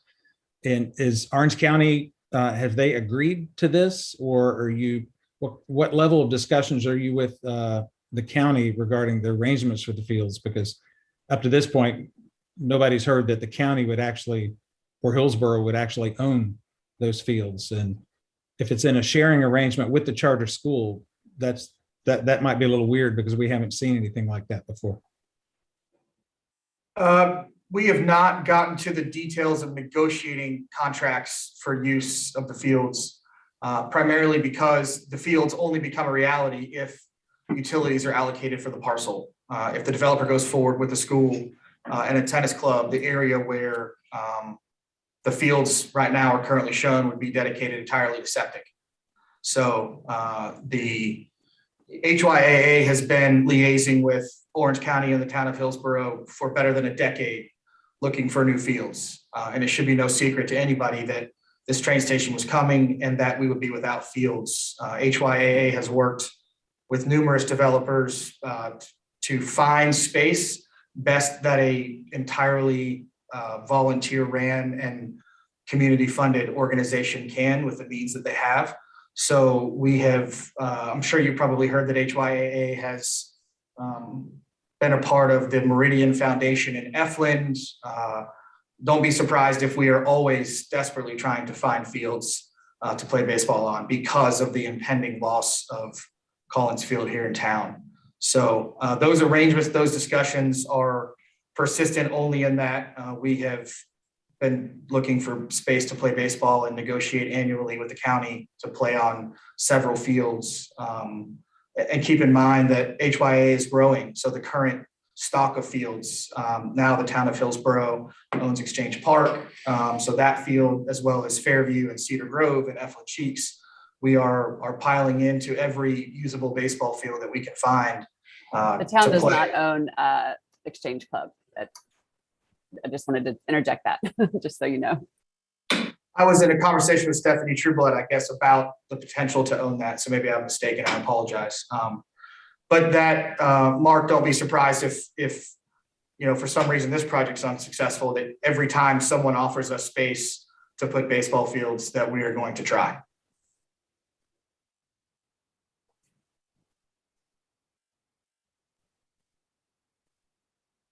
Thank you. And Patrick, I just want to say that you're certainly right that has floated in the discussion. I think I just heard you say that the town already owned Exchange Club, and I just wanted to be sure we were all on the same page. That could happen someday, but that is not the case now. Rob. Thank you, Mayor Weaver. I have a few things that just want to share. One is I love the idea of having a kind of mixed use co-location of facilities where you can have schools and parks, park amenities and fields kind of in one place. If middle schools and high schools don't have fields, they oftentimes will not have sports programs. And so it's an opportunity, I think, for the middle schoolers and the high schoolers to have a space that they can participate in athletics. Obviously, the sewer and the water capacity are a pivotal sort of part of this project. And so, I would need to hear that we have the water and sewer capacity to be able to provide what is needed for what is proposed at this site. I know that in terms of athletic facility operation stuff, the majority of the traffic congestion and the times that people are there are typically, after school times, and then specifically for public use is 5 o'clock and after, and then on the weekends. And so I would anticipate there's obviously, going to be additional traffic for your morning time school and your after school sort of time. And then there would be additional times kind of around that 5 o'clock time on and definitely on weekends.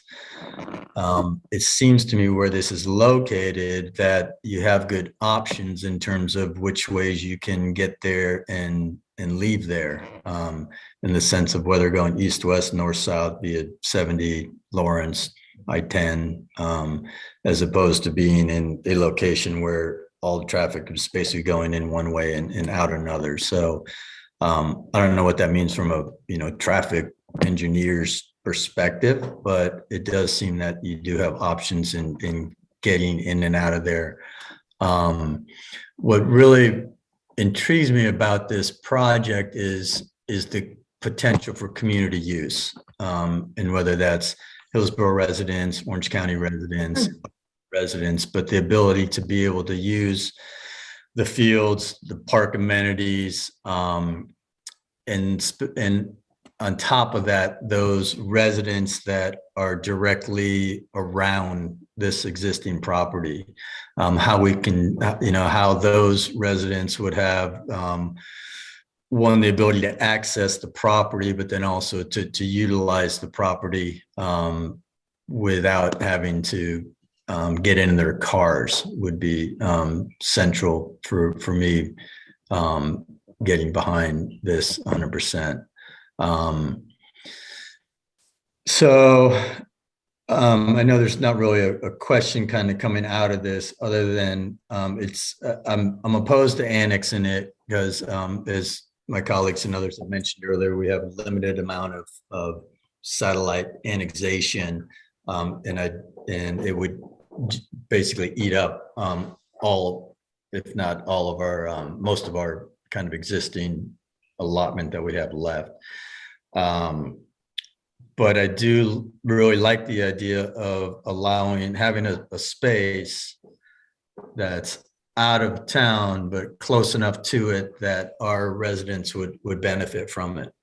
I don't see this happening without the county's participation, whether that's, again, owning or operating and maintaining the fields, because I just don't see it happening without a public sort of partnership. And I don't see the town of Hillsborough being able to provide that to the level that it would be needed. But I do see that the county potentially would have more resources than the town of Hillsborough would be able to provide towards that. So it's something that I'm very intrigued about. And I think, by taking into consideration, 3, again, nonprofits, the Expedition School, the Orange Tennis Club, and HYA, who all have interest in having a place to call their own, it seems to me that it's certainly worth looking into more. Thank you. Thank you, Rob. Matt. Yeah, I'd just like to piggyback off of what Rob said. I certainly agree with a lot of his assessment. And I think really one of the things I need to hear and why I would be interested in hearing more about this, obviously it seems like annexation's off the table, which is good. I think that helps make easier decisions. It's just who's going to own, these ostensibly public athletic facilities, and that's my way of also saying, but I don't think it's Hillsborough. I think really having something to, if that's a public-private partnership with the county or whatnot, but I think that has to be, that's an unknown, I think, right now. I don't think we have the staff capacity or the budgetary capacity to manage as many fields as is proposed or could possibly be proposed for, this area. I think the traffic, knowing that there's a state standard that has to be adhered to, that the state will help with some improvement, I think is definitely good news. I think to most of our public schools and just schools in general, charter schools included, that, there's always traffic issues at just about every one of the schools that I can think of, including where the Expedition School is currently, but also a lot of our elementary and middle schools. And so I know that's an ongoing problem, really kind of all over the areas that, are in Hillsborough and adjacent. So knowing that there could be some improvement in that area would, certainly allay the concern about that. I think, a project of this scale is probably several years out.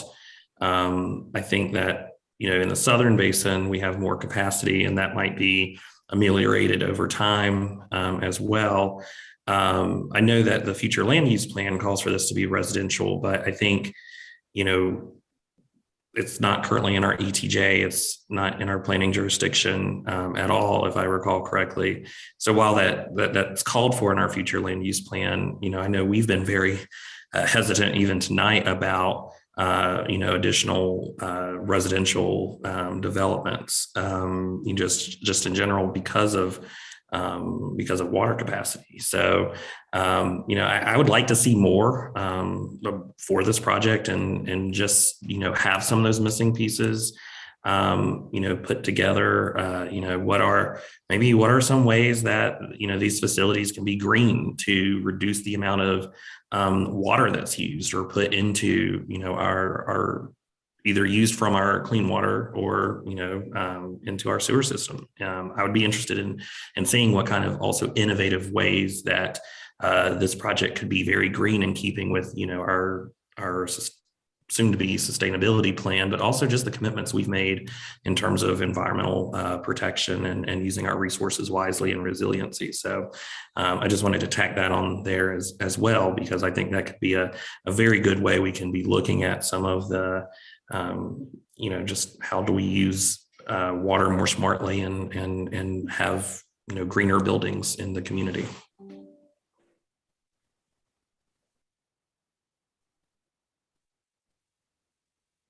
Thank you, Matt. I see Kathleen and Mark have comments, and then I would like to pose a question for the town manager to chime in on.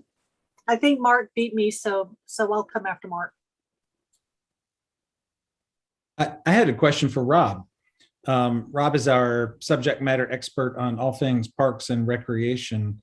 Rob, can you offer any other insight into, I know your area of expertise is Hillsborough and Chapel Hill, but from a countywide perspective, what sports need facilities and where might those facilities need to be placed? The applicant is proposing a few sports in a particular location, but I have no idea do we need them there or are there facilities in other places? So can you provide any context about what sports are needed in the area?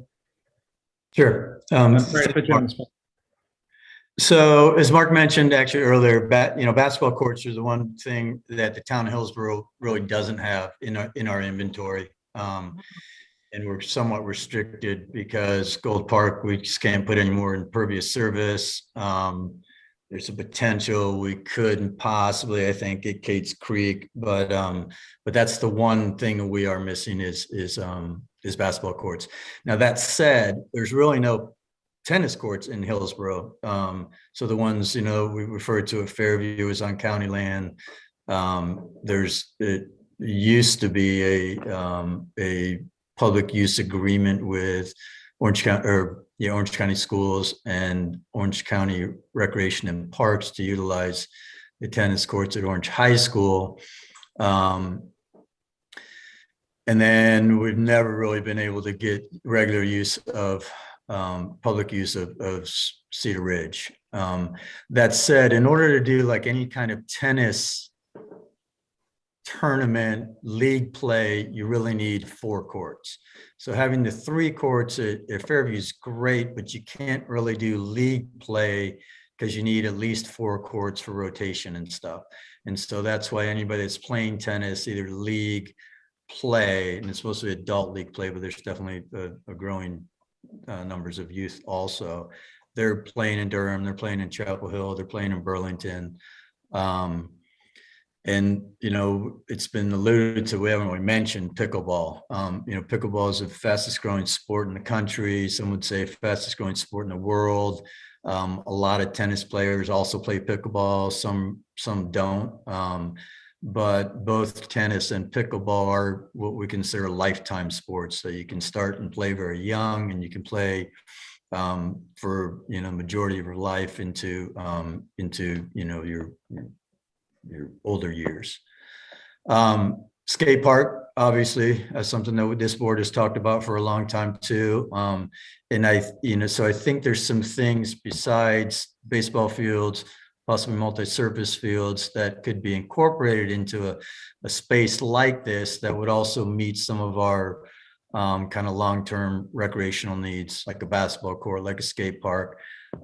Just having more trails and being walkable, I think would be very advantageous too, again, for not only those properties that surround this area, but for people. When parents oftentimes go to take their kid to practice or game or whatever it is, it's a long time. And so they like to do things like get out of the car and exercise themselves and walk. You see this a lot out at Eflin Cheeks, where you have a school site. You also have, park, baseball field, and a track. So parents will drop their kids off for soccer practice or baseball practice, and then the moms and dads and aunts and uncles and whoever are walking on that track or all around that park while that practice and games are going on. So there's definitely, I think, the opportunity for that too. The two that jump out at me, though, more specifically, would be the skate park and basketball courts. I would say, having 2 daughters who are now adults, who didn't really participate in tennis, or we did play a little softball with Orange County Recreation and Parks, where we were traveling to Eflin Cheeks every now and then, Cedar Grove, and every now and then we got lucky and we were at the Central Recreation Fields right in Hillsborough.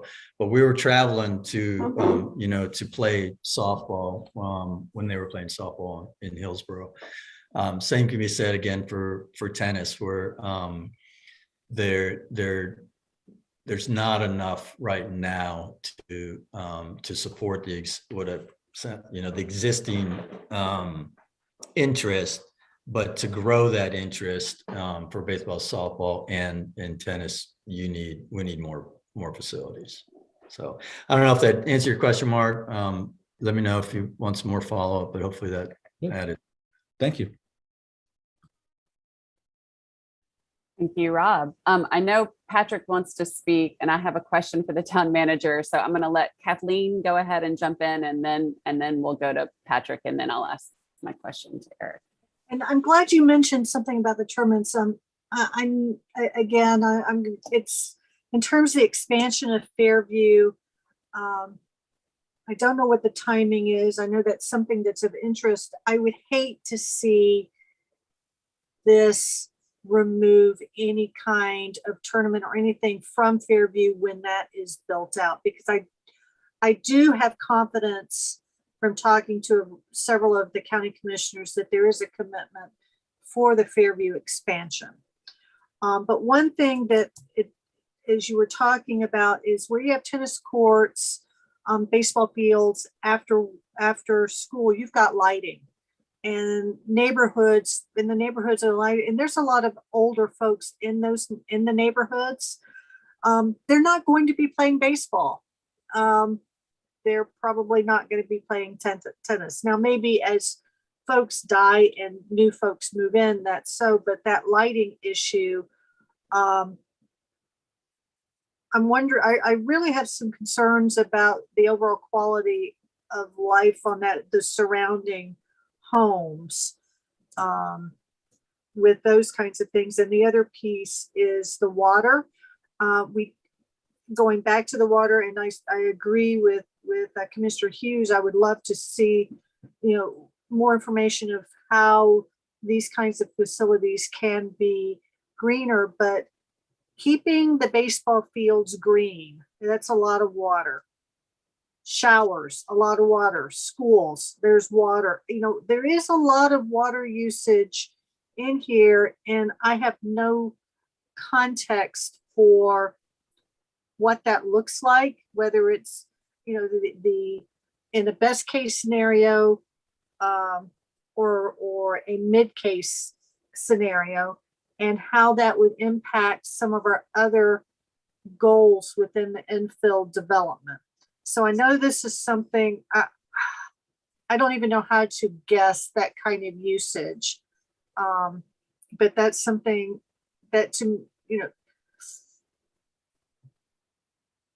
those are areas that I would need to understand. And going back to the walkability, it gets back to, there's not walkability. You're not going to walk down 70, and you're not going to walk, even Lawrence Road the way it is right now. So the neighborhoods that live across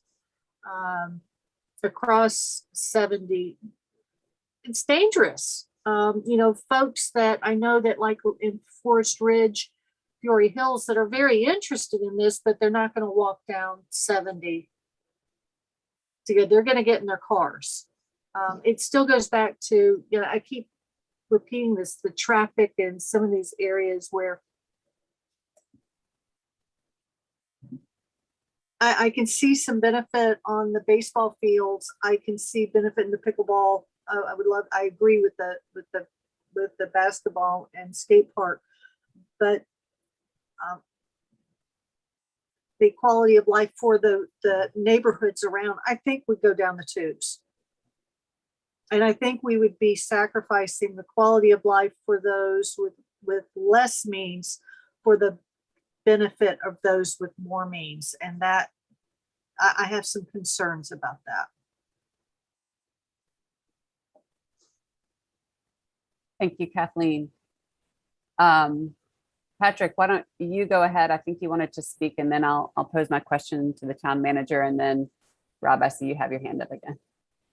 Forgive me, Mayor Weaver, I took a lot of notes trying to, address some of the questions that were asked. So if it seems a little scattered, I'll just try to move through it as quickly as I can.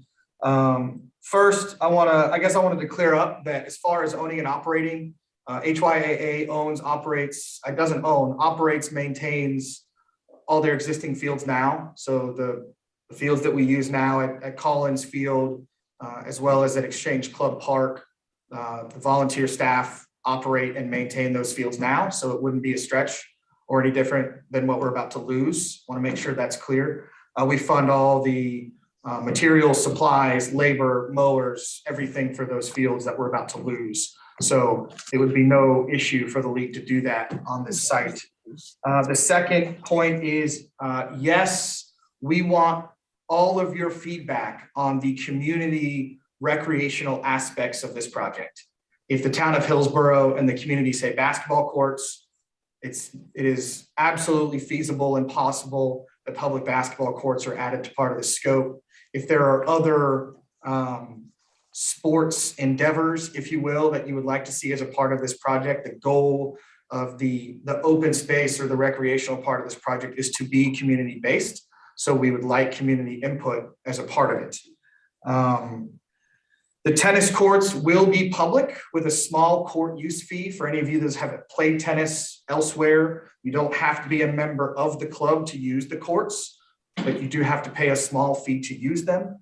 The Orange Tennis Club has committed to not only continuing to use the Fairview tennis facility, but actually enrich both the free and paid programs at Fairview. In fact, it would be almost required for this phase to be successful is to keep using Fairview and potentially the expanded tennis courts at Fairview as a part of this development plan.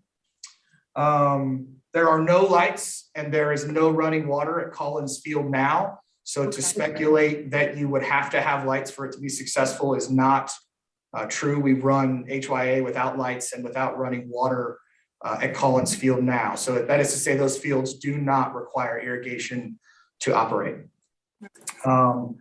The plan would be from a sustainability model to reclaim, recapture, reuse as much water on the site as we can through potentially a rain garden, through teaching wetlands, whatever the school and the public recreational facilities where they intersect.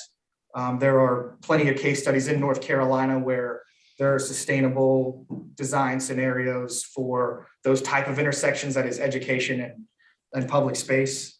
And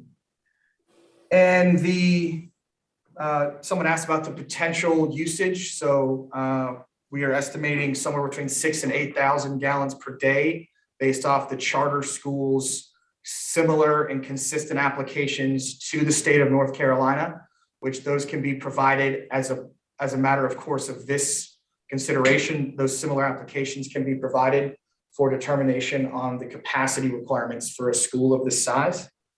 And regarding really all of what I like is the discourse around what the right level of community recreational fields we have for Hillsborough is. The only way we could really even have that conversation is to not replace that 25 acres with a septic field. So we're really pushing that the water and sewer allocation for the parcel really gives us the opportunity with the developer support and the landowner support.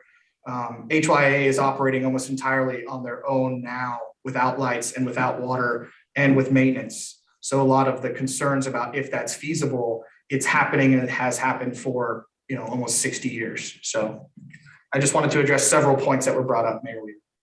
Thank you. Thank you, Patrick. I appreciate that. So I just, to help us keep in our container here, I want to make a few comments before we keep moving forward, which is, I know it's hard not to get in the weeds of potential details about what this might be, but I feel us getting a little bit in the weeds here because people are curious. But also, I just want us to be mindful that there is a vision for this that the applicant has expressed, but there isn't a fleshed out plan yet. And to really be thinking about what the ask is of us for the water and sewer extension and what the issues are around that feel very, very important. We've been talking about this as a high priority for the past year. So I really encourage board members to be mindful of that as we continue and then come to some sort of conclusion in our discussion. So one of the things I wanted to ask Eric was if the board decided tonight that they were interested in next steps in extending water and sewer to this property, can you speak a little bit to what that would mean, given the priorities we've been talking about, over the past year, and what is on kind of what it would mean at the staff level for all the things that they're carrying right now, given that this isn't in the hydraulic model, things like that? Sure, I'll speak generally, and of course, Marie's our expert, so she can correct where I misspeak and add details. So a few things. The water capacity model, I don't think we've updated in a couple of years. Marie's stays up to date on that, so that would be an issue we'd have to look at. My first thought is to allocate. It's not in the model. So to be able to allocate water, we'd have to calculate, see how much it is. I feel like it would have to be a compelling project for the board to say, yeah, don't even worry about updating the water capacity model. We want to do this, and to do it ahead of completion of the sustainability comprehensive plan. It seems like that these are issues, some of these bigger developments that should be addressed ideally in that type of format. So as far as being able to answer questions on water capacity and it not being included, we don't know what the impact is on the wastewater collection system or at the plant as far as long-term capacity goes. So we just need time to do that.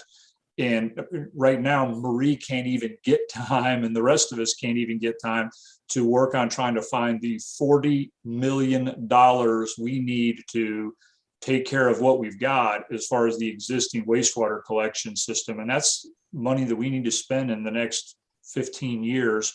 We're probably going to spend 20 million on the wastewater collection system in the next 3 years. And so again, it would have to be pretty compelling, and we would want direction from the board to say, stop working on all of those issues and work on this instead. Or for us as staff to be able to look, talk behind the scenes and figure out where would be a reasonable opportunity for us to put this in the queue. Maybe it isn't a large time analysis, but I don't think myself or Marie are in a position to answer those questions tonight, but I'll stop rambling and let Marie jump in and add some more specificity. I think Eric pretty much covered it. What I think about is we've had this water capacity, we call it a model. What it is a spreadsheet of what we think is coming down the pipe or what someone has inquired about, and tied that with the land use that we had, identified at that time. So the water, what we call the water capacity model, is a spreadsheet. It uses figures from the state for design flows or design demand in the case of water. And this site and the 86 North site was not included in that because those have been sitting idle for so long, they just weren't on the radar. Right now, our water capacity, our average day is anywhere between 1.1 and 1.5 million gallons a day. That's half of our water treatment plant rating. However, that is not our maximum day demand. We have bumped up at times very close to our 3.0 maximum day, but when that starts occurring more routinely, that's when we need to stop and really assess. In the budget for FY23, I am proposing a study similar to what we just did with the collection system and have more of a master plan approach to looking at the water aspect of things. My concern right now, though, is the sewer. We have information on the sewer. We don't, we didn't include these parcels because they weren't really on the radar. We started this effort 2 years ago, and now all of a sudden we have a lot of inquiries for all these larger parcels that we just weren't thinking about. So when I think about this project, it sounds great. It sounds like something people would have interest in, but then I think it's out of town. I think about the areas that I learned that we needed to focus on, or that our former or current plan, while it's being updated, says that we need to focus on, which is more on the south side, more around, the Waterstone area and places like that. And I think, are we going to keep extending and allowing extensions to the system that might take away from where the current growth plan, and I suspect what the update will bring for those areas? Is it going to take away? Is it going to escalate our need to address the Elizabeth Brady Basin while we're still trying to struggle with the northern half of town. And then I always go back to, taking care of what we got. I want to get our house in order and deal with the things that we know that where they might be coming, and not, a lot of peripheral stuff that's just going to compound the matter. I can't tell you right now if we approve this project and then the next one and the next one that weren't really in our vision, how that is going to impact the capacity of what we had planned. Is it going to shut someone else out? What we really wanted them to come there? I'm probably just rambling on, but those are my concerns. And the areas around this parcel are all out of town parcels. They only have water.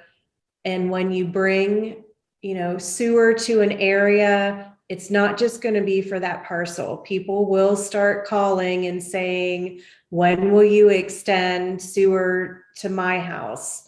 We occasionally get those calls, but it's just going to increase. And that, to me, that just gives me a lot of stress right now when we're trying to deal with the areas that we know of and take care of them so that we can grow in the future the way that we want to and is recommended.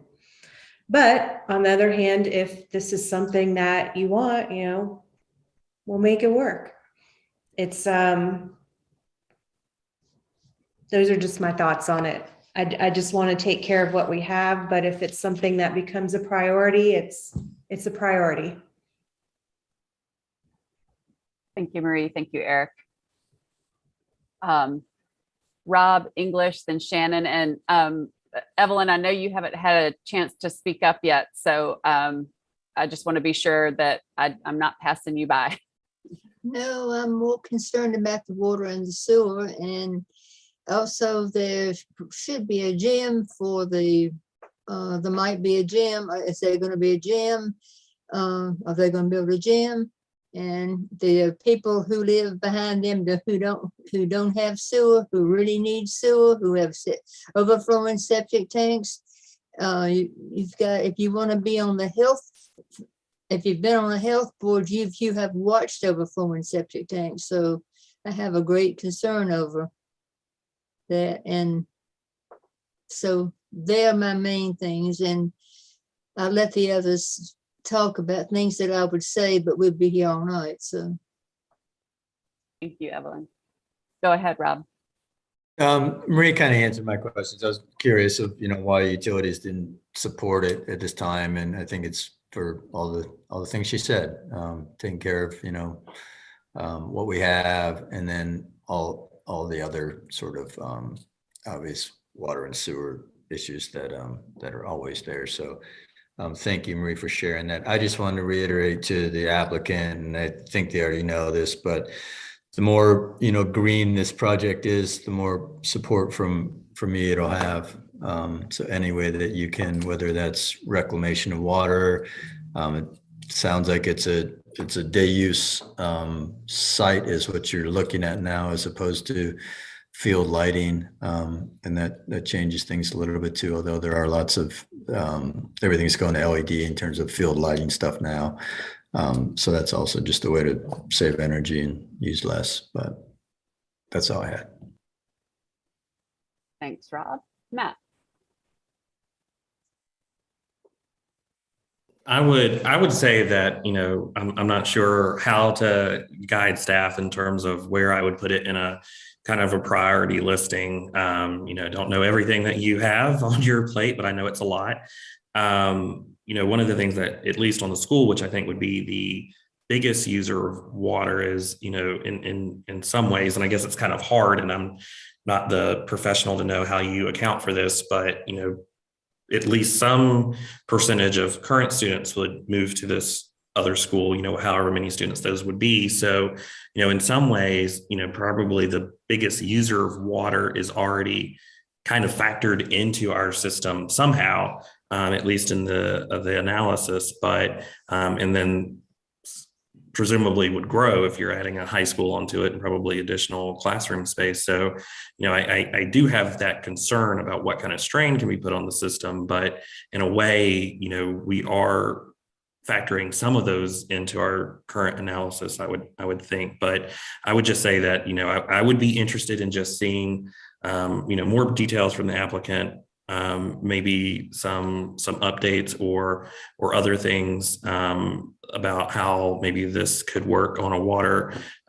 sewer capacity. I do think that, and I'm not sure how this would factor in, but the future land use plan did call for this to be residential. So at some point, I guess we would be talking about these issues about, extending sewer, extending water, if that's what, ultimately our future land use plan envisions, I guess, probably pulling it into ETJ or somehow annexation. I think that's obviously a harder process to do now than it used to be. But I would just be interested in seeing, some more details on the water side, and then just also, how the applicant can take some of the feedback that we've given them to get us on board with it. Thank you, Matt. Shannon? Yeah, I wanted to point out something that the applicant said earlier, and that is that they did in their letter indicate that they wanted to annex and get water and sewer, or just get water and sewer and not annex. The third option for this development would be that it does not get water and sewer and it's developed under the county regulations. I want to caution the board on offering water and sewer extensions very, very much for residential, but even for commercial, because what happens is we're offering to extend water and sewer, giving a utility capacity, which increases the intensity of a use on a property that we're not going to be able to review the site plan on. So Orange County is going to review the site plan on this. I don't know the ins and outs of their UDO, but I would have questions about, are they going to require interior sidewalks? Are they going to require sidewalks on Lawrence Road? So I just want to point that out from a planning perspective, because we'll give the water and sewer, increases the intensity, but then Orange County's UDO is going to dictate how this site looks. Ours doesn't. So we kind of lose a little bit of development control in that way. I just want to make sure that we're on the same page. And I know that the developer wants the water and sewer so they can get more stuff on the site. So it's kind of a balancing act. Thanks, Shannon. Marie. Yeah, I wanted to add that part about the annexation. Both our current town code and our water and sewer extension agreement require voluntary annexation when you extend water and sewer services. That might be a minor detail, but something that you'll have to figure out if the project moves forward without annexation. And I think part of it is because of what Shannon just said. We wanted parcels when we extend water and sewer to annex, so we could have the ability to review, plans and have a little bit more control over the situation. Thank you. Thank you, Marie. And so I just want to reflect back, Matt, I see you have your hand up again. Just to be sure I'm not inferring too much, but reflecting back to what Marie just said is taking us back, I believe, Margaret, jump in if I'm incorrectly saying this, but to what we talked about on one of the earlier items, just about process, is that, if we might not actually see this again. Well, this one is different than what we talked about with the earlier ones. The reason you weren't going to see the earlier projects again was because we don't do special use zoning. They were still going to be annexed. This project doesn't actually want to be annexed. They just want our water and sewer service, which was common practice 20 years ago. Kind of the last project the town extended, allowed to have utilities without annexation was Stroud's Creek near Pathways Elementary School, because we needed additional water customers on that water line to keep the water fresh. The board kind of stopped that process of extending utilities without annexation a number of years ago. And so, I mean, that's policy of the board. The board can do what they want to, but Shannon raises a very fair point of we're allocating our capacity somewhere. That capacity makes land more valuable. But in this particular case, where in some ways you could call it giving it away because it wouldn't even be in our jurisdiction, whether the uses are for profit or not for profit, it does make a difference to revenues. But if we aren't the ones who are reviewing and approving the plan, we're counting on our partners with the county to do that and manage that. Thank you, Margaret. Kathleen.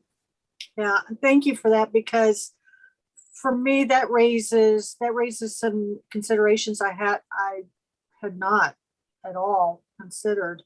I don't want to set a precedent of that. That really gives me pause because,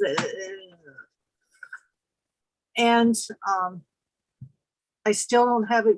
I know Commissioner Hughes had mentioned that some of the kids are already accounted for, but with the expansion up to 1,000, there's a lot of water usage that I don't think we have accounted for. And I respect the concerns that Eric and Marie have articulated and the impact on where we are. So it's where I'm left with this is I really like the athletic fields and I like those options. And the location is, once again, it's like the warehouse. It's not ideal. Not good timing and not ideal location.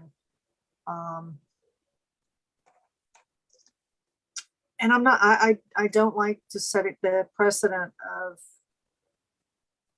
not having the review in-house.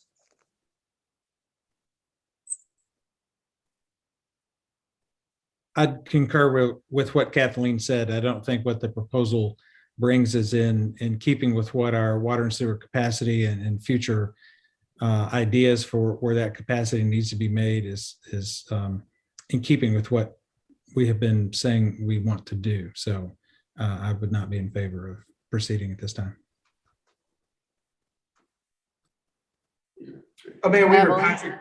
Yeah, I'm sorry, Patrick. Let's let Evelyn go, and then I see that you want to talk again. I was just going to say, I agree with Mark and I agree with Kathleen. Thank you, Evelyn. Go ahead, Patrick.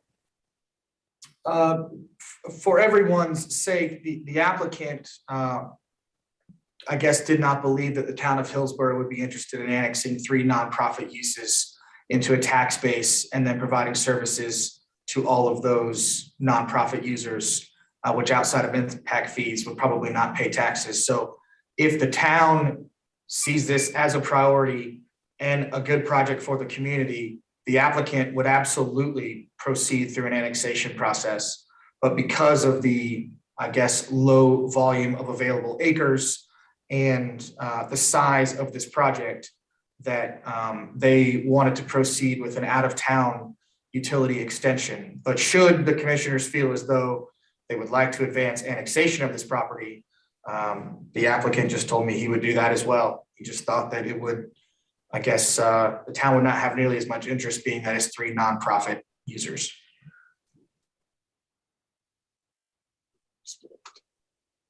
Thank you. Thank you. That is for giving us that update. Margaret. I am by no means an expert on taxability and so forth, but a quick look at the tax records today seemed to indicate, to me at least, that Eno River Academy pays property taxes, that the land is taxable, and that the condo that the Expedition School is in is also taxable. So is there a mechanism for schools to be either taxable or non-taxable, Patrick? I'm just not familiar, and I apologize. I don't necessarily need, this doesn't necessarily need to happen here, but it seems to become important. Yeah, this is Steve Hubert. Charter schools and all public schools in the state of North Carolina do not pay real estate taxes. They're exempt as a not-for-profit by state statute. So then is Expedition just leasing the space at the cotton mill, and that's why it's still shown as taxable? I'm just confused. They're currently leasing space at the cotton, Okay. yes. Okay, that's the difference. So for everybody I told today that it was taxable, that now we know why I was wrong. Thank you, Margaret. So we need to think about how we're going to proceed from here. I have heard from both Commissioner Hughes and Commissioner English that they're both interested in taking this to the next step and hearing more. I have heard from Commissioners Ferguson, Bell, and Lloyd that they are not interested in pursuing this further. Is that a correct assessment? Well, let me ask him, if we were to pursue this further, because it is, and I know we covered this, but I still want to get clear in my mind, exactly what are the next steps if we were to annex? And I do have, when I say that, I'm going to couch that I don't want to set the precedent for satellite annexation, but I want to know, if we were to do that, what would those steps be as next steps? Well, if you want to pursue annexing the property, then you tell the applicant that you're interested in receiving their petition, and they figure out what zoning district and so forth and submit their proposal. Now, this one is a little bit different, and while I respect you saying that you don't want to set the precedent, they really just want water and sewer service. The board could indicate a willingness to continue to discuss that without annexation, and therefore they pay the double rate rather than the in-town rate for the water that they're going to use, and just authorize Marie to continue to negotiate an extension contract that would eventually come back to you. So the two paths forward there's not one path forward on this until the board makes a clear comment about annexation. I'm not lobbying for either. I'm just, laying out that there are actually two paths forward on this one that weren't available on the others. Understood. So let me rephrase. If it's just water and sewer we're dealing with, it is out of our control. It's in Orange County planning. If we do proceed with annexation, then it goes back under a situation where we don't have the conditional use, so we may or may not see too much moving forward. And in either case, if we were to do the, well, actually, in either case, we would be breaking precedent completely, as I understand. And we still are dealing with the core impact of water sewer capacity, staff capacity, and some of those other issues that staff has articulated, in addition to the traffic issues that we've articulated. I'm trying to talk out loud of looking at options. I agree with the way you're looking at it. The only thing I would say is that precedent depends on how far back in time you want to go. Okay. But I think you've stated it fairly.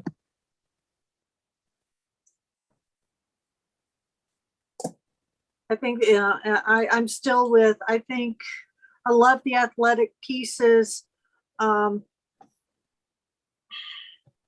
Bad timing and not optimum space. So I think just because of what both in Kathleen's question and what the applicant said about their willingness to be annexed, if that was what the board wanted, let's talk about these again, one at a time, both of them, which is there any interest among the board of annexing this property as a satellite annexation. I'm not seeing or hearing enthusiasm for that. Can we clarify something real quick with that? So if we chose to annex this property, satellite annex this property, does, from what I'm hearing, that pretty much eats up all of our existing satellite annexation forever? That would take up 80 acres of the 112 we have remaining. It's not forever, Rob. The 10% rule is tied to the base. Okay. So as we expand the base, then we get more satellite available.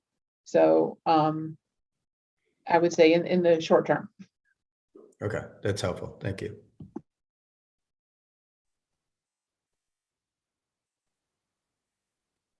Okay, now taking it to the water and sewer extension.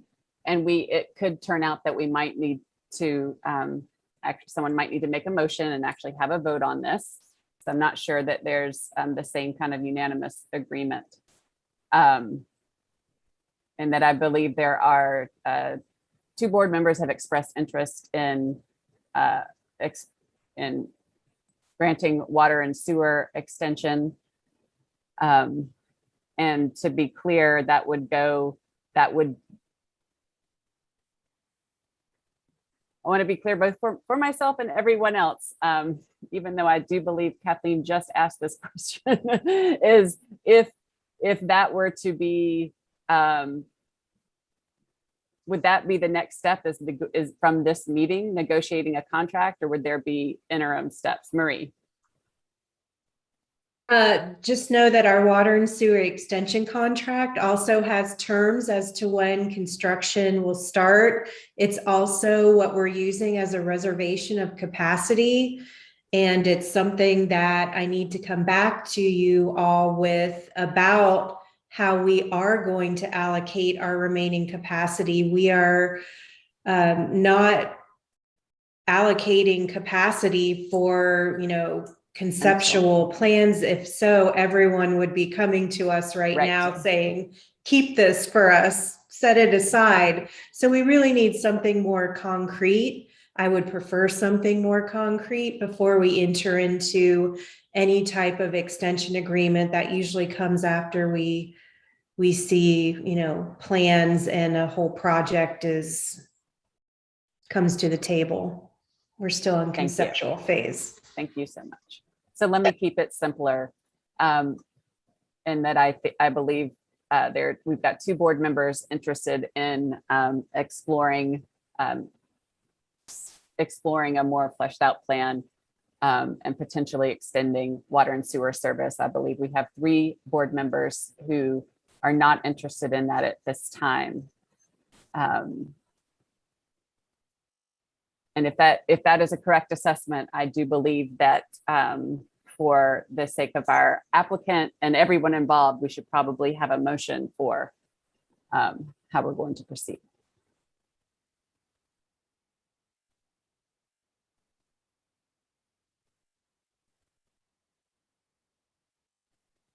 So, and this would be a motion for extending water sewer capacity. Well, for extending that, what they're asking for is to be extended water and sewer. And so it would be a motion to do or to not do, exploring the next steps for granting that access. Okay. Bob is jumping in, thank goodness. I just want to make sure we do not take any vote that someone could misconstrue as reserving capacity. We're way too soon for that. Right. Well, I move to not move forward at this time for extending water sewer capacity. I don't know if that's the right motion or if I phrased that correctly. But I'm opposed to it, period. So I'm afraid that I'll say the wrong thing.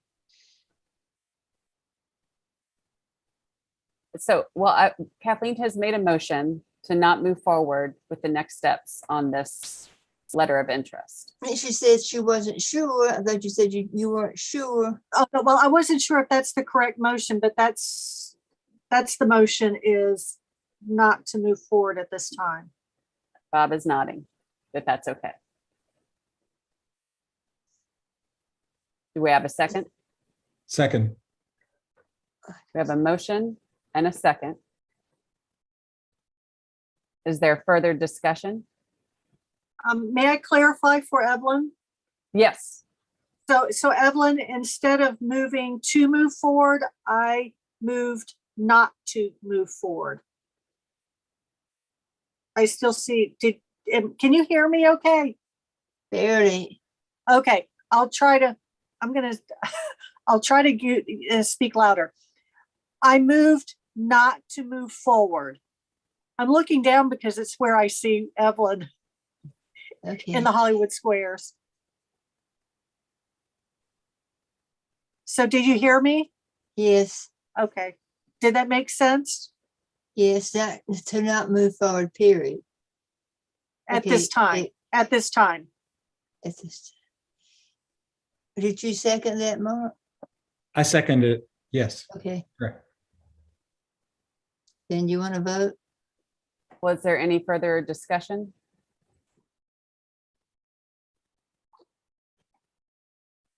Hearing none, we can roll call the vote. Commissioner Bell, Aye. Commissioner English, Nay. Commissioner Ferguson, Aye. Commissioner Hughes, Nay. Commissioner Lloyd, You said yes. Yes. Is that what Okay. you said? Kathleen said yes, and Mark Yes. said yes. Yeah, that's Okay, be correct. sure I don't mess up on this yes. If we don't move forward. Is that what you said? Okay. Yes. So that's 3 yeses and 2 nays. So that project we're not going to explore at this time. These were really important and difficult questions. So many community needs, and it's our challenge as a board is to juggle those and prioritize those the best that we can. So it's not easy. So thanks for all the discussion tonight, and appreciate the input and information that we had from staff. And Patrick and John, thank you for being with us. And I'm sure we'll see you again, I imagine, on something new. Or maybe this down the road when it's a better time.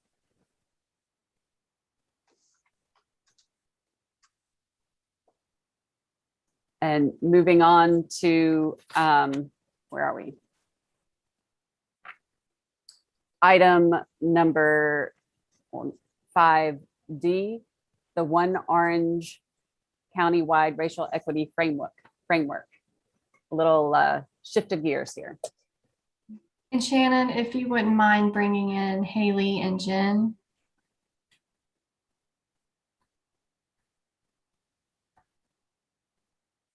Or anyone else who has controls.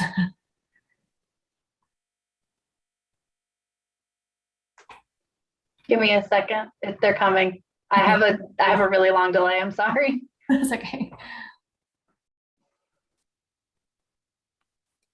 Good evening.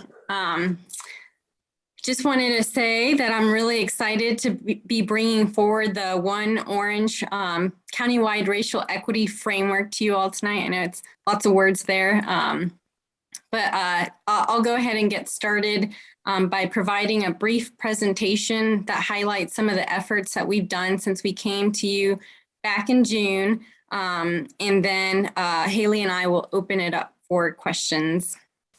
So at this time, I will share my screen. Oh, it says host disabled participant screen sharing. Let me see. All right. try it again.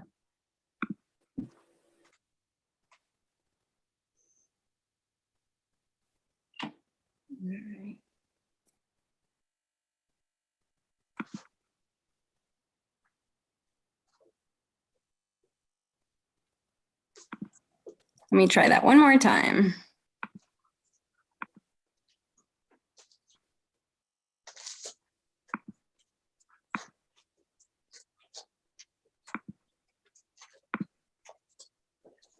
All right, can you all see the presentation? Yep. Without the notes, perfect. All right.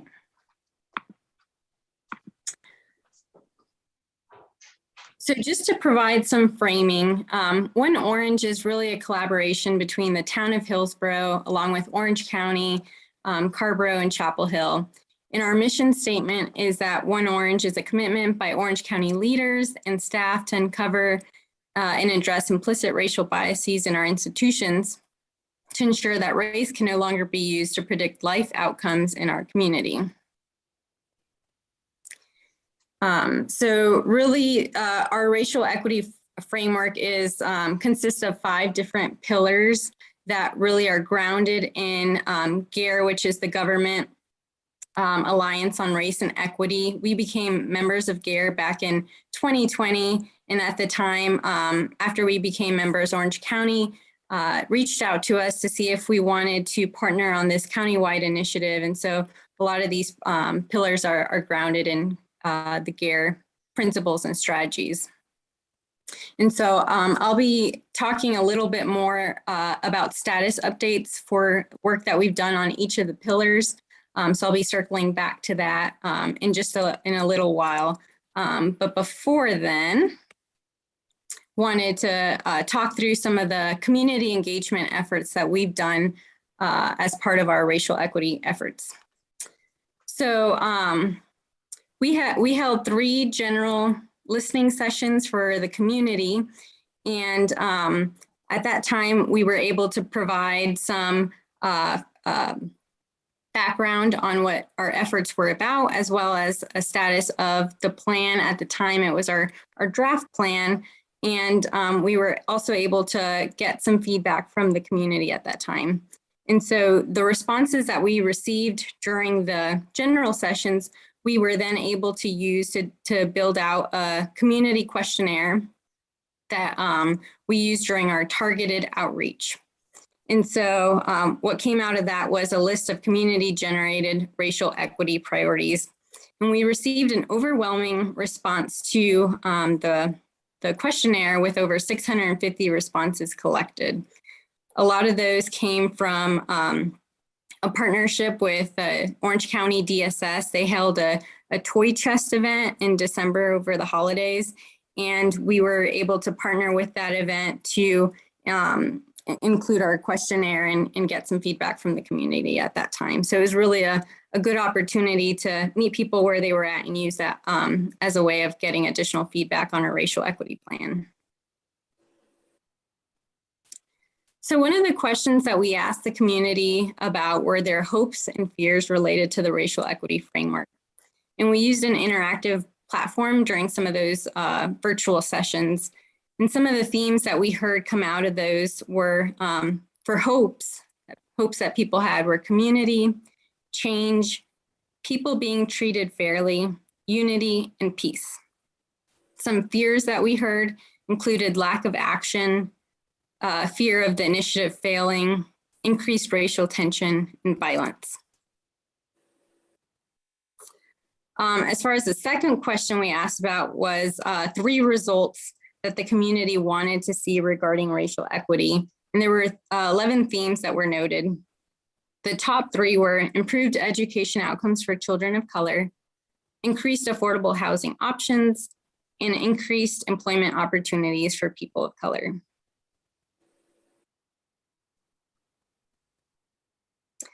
So now that I've provided some kind of background into our community engagement efforts, I'll go through each of the 5 pillars and talk about additional updates that we've seen in each of those areas. So the first one being the training and organizational capacity pillar.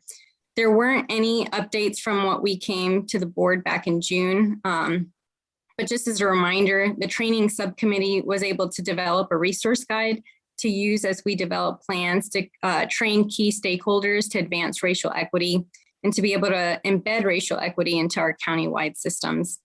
That resource can be found in the appendix. And just wanted to note that while each of our jurisdictions will take the lead on our specific training efforts, we'll continue to look for opportunities for us to all leverage the partnership in the county as we move forward with training. Our second pillar is on community engagement, a vital component to centering and being able to advance our racial equity efforts. The racial equity framework outlines 4 principles to guide our engagement work and really shift the dynamics in government to prioritize the perspectives of the communities most impacted by racism. So the 4 principles that were outlined in the framework are on the screen. The framework also featured a community engagement process that jurisdictions can use to really help determine the best engagement approach that is centered in equity. So as you're undergoing a project or initiative, you can go through the different tools that are provided in the framework to really think through what kinds of community engagement make the most sense and how to think about that using an equity lens. Our third pillar is on the Racial Equity Index. And this data process is really a 3-stage process that begins with a descriptive analysis of the problem, a statistical analysis of the factors that inform racial equity in the workforce, and a racial equity index to inform decision-making. And so what the index will do is provide a transparent public access to data to help assess questions around racial equity and for us to be able to track progress over time.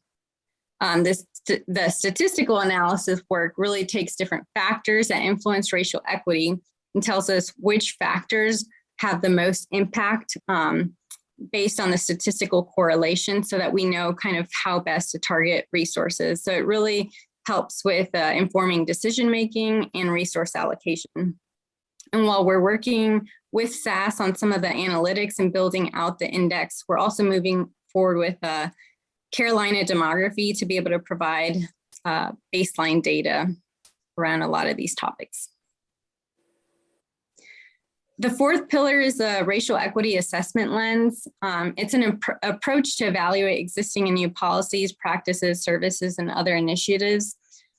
GARE provides a toolkit on that's this lens. However, the subcommittee that worked on this was able to take that toolkit and really make it easier to use and apply.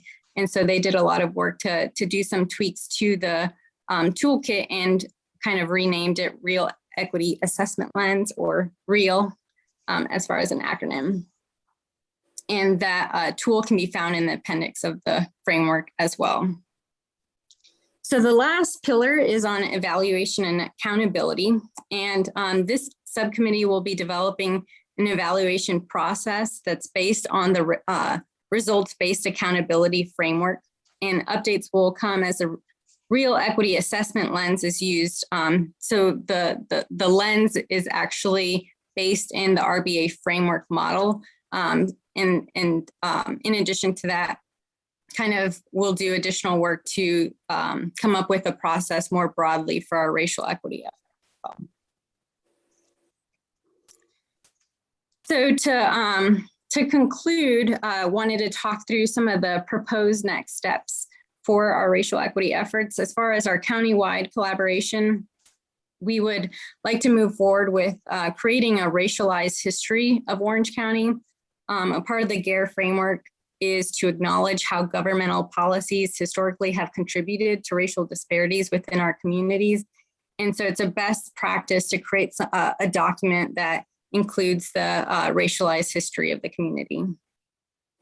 We'll also be working on creating the Racial Equity Index, as I mentioned, as well as the evaluation and accountability process, and considering racial equity capacity building training. As far as next steps for Hillsborough, we'll be focusing on providing racial equity training to employees, starting off with some baseline training and then following that with some future training topics such as how to apply the racial equity assessment lens. We're also slated to have a racial equity employee survey later this summer, and the survey will be administered by Race Forward and will allow us to assess employees' knowledge and skills related to race and equity. And it'll also give us some baseline data for us to be able to analyze progress on our initiatives and strategies. We'll also be looking to expand upon our Hillsborough core team and to diversify that. Right now we have 5 core team members, and we're all really excited to get some additional employee input in our process and efforts. And so with that, I also wanted to recognize and give thanks to our Hillsborough core team for their contributions to our countywide efforts. Catherine Wright, Stephanie Trueblood, and Eli Valsing all participated in subcommittees for some of these pillars. And Haley and I were co-leads on the training subcommittee, and she really did a great job leading our subcommittee through that work. And let me stop sharing the screen. Just wanted to give an update too that Orange County presented to their board last week, and they approved moving forward with our framework, and Carborough and Chapel Hill will be going in the next couple of weeks. So we wanted to all make sure to go to our elected officials within kind of a few week time frame. And then, yeah, the ask for today, after we get through any questions or comments, is that the board approve the framework and allow us to keep moving forward with some of our next steps for racial equity. So with that, I will open it up for any questions or comments, and Haley is also here as well.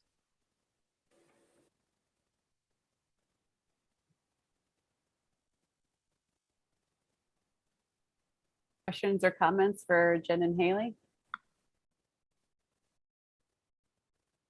I don't have any questions. I have a comment, and I just want to say thank you for all your hard work and for all town staff that have put into this. I know it's a big lift, and so I appreciate all the work and energy that y'all are putting into this, and look forward to the final product and digging in. Thank you, Rob. Commissioner Ferguson? Yes, no, I echo a lot of work and I really appreciate it. I can't help but notice our core team is all white. And I mean, and I know that staff are loaded up, but is there been thought or consideration to involve our staff members? They may not be department heads, but you know, folks of color who have something to contribute. And I think that would enlighten what comes before us and give information from different perspectives that we don't normally get. And I didn't know if that had been considered. And again, I understand folks are busy and it's not with the intent to overload plate. Mm-hmm.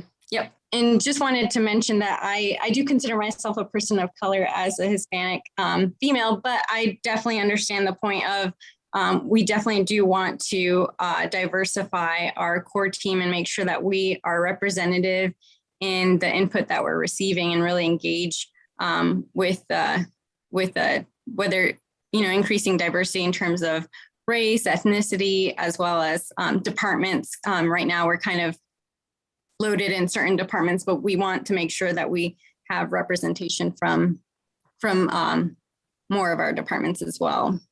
So definitely good points and things that we're thinking through and want to expand upon, especially as we start moving forward with developing our Hillsborough specific jurisdictional plan, something that will be really important. Thank you for mentioning that. Commissioner Bell? I just wanted to mention that this looks that it's very much in keeping with the racial equity training that I think the majority, or not all, the board has had in the past. So this is very familiar, which is a good thing, that to know that kind of the racial equity training that we have had in the past is in keeping with what the county is looking at as a whole. So this looks very appropriate, and I would recommend that we adopt the framework. Thank you. And I also did want to note that we're kind of seeing this framework as a working document. So there's parts of it that we want to continue fleshing out, and we want to come back to the board sometime down the line and see how it's working for us as well. So I think we've made a lot of progress since we started back in 2020. And we'll continue to see this as a living document that we continue to build upon as a county.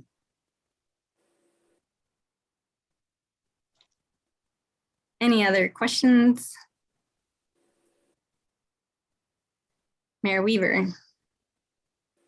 I just want to echo the thanks. I think that this is, it's really been awesome to see this evolve over time. And I'm so glad that this has been able to happen in collaboration with the other local governments. I just imagine y'all are teaching each other and learning from each other a lot. So I hope that that's been it seems like it's been a positive process, and the fruits of your labor give the look that it has been a positive process. And I just look forward to seeing how this evolves over time, and certainly invite staff to also engage the board as needed, to educate us as needed on what we need to know about how this is playing out in your work. And so just know that invitation is there. Thank you. Yeah, Eric. Oh, I just also want to point out one of the other members of the core team, I may not be using the proper language, also considers themselves a person of color as well. So. Yes, thanks for mentioning that, Eric. To Mayor Weaver's point, we've definitely learned a lot from the other jurisdictions. We're all at different places related to our efforts internally, and whether it's training or some of the other areas. So we're constantly learning from each other and looking for areas where we can help build each other up. That's been really helpful, especially with our original plan was to go through through GARE's learning cohort. And so we learned that there are no immediate plans for a cohort for North Carolina. So we missed out on the first one, and we are hoping to get in on the second one. But it's been helpful, especially with that, to have partners in the other Orange County jurisdictions who have gone through it, and who can kind of help us move forward in our efforts. And we'll continue to be looking at training opportunities internally to build capacity on areas like training moving forward. Thank you for all the support. I don't know if we need a formal motion to approve the framework, but let me know if there's any other questions. I think we do. I'm glad to motion to move to approve. Second. Motion and a second. Any further discussion? Sorry, moved by Kathleen, seconded by Rob. Any additional discussion? Hearing none, we can roll call this vote. Commissioner Bell, Aye. Commissioner English, Aye. Commissioner Ferguson, Aye. Commissioner Hughes, Aye. Commissioner Lloyd. And that is adopted unanimously. Thanks so much for all the work that y'all have put into this so far. Much appreciated. Thanks for all the support. All right, nice to see you, Jen. Good to see you all. Thank you. Moving to item 5E, the police and employee market pay issue. I'll do a quick overview, and hopefully we can let Chief Hampton in. I know he's on standby, and I'm sure the board will have some questions. So between the 6-page abstract and the 3-page of details from Chief Hampton, I won't go into any details, but just hit some quick highlights. reflecting back to our last budget process, we allocated $150,000 for police salaries. We knew it was an issue at the time, and it's grown, become more severe. The big move back then was Morrisville started their raise their starting pay for officers to, I think it was over 51,000. Since that time, there's probably been a half a dozen other agencies in our area have done so.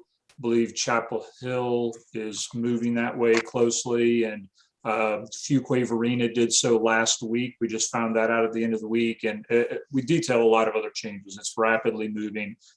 Chief did a great job in his memo. We also allocated money in the budget for market rate adjustments for general fund and water employees.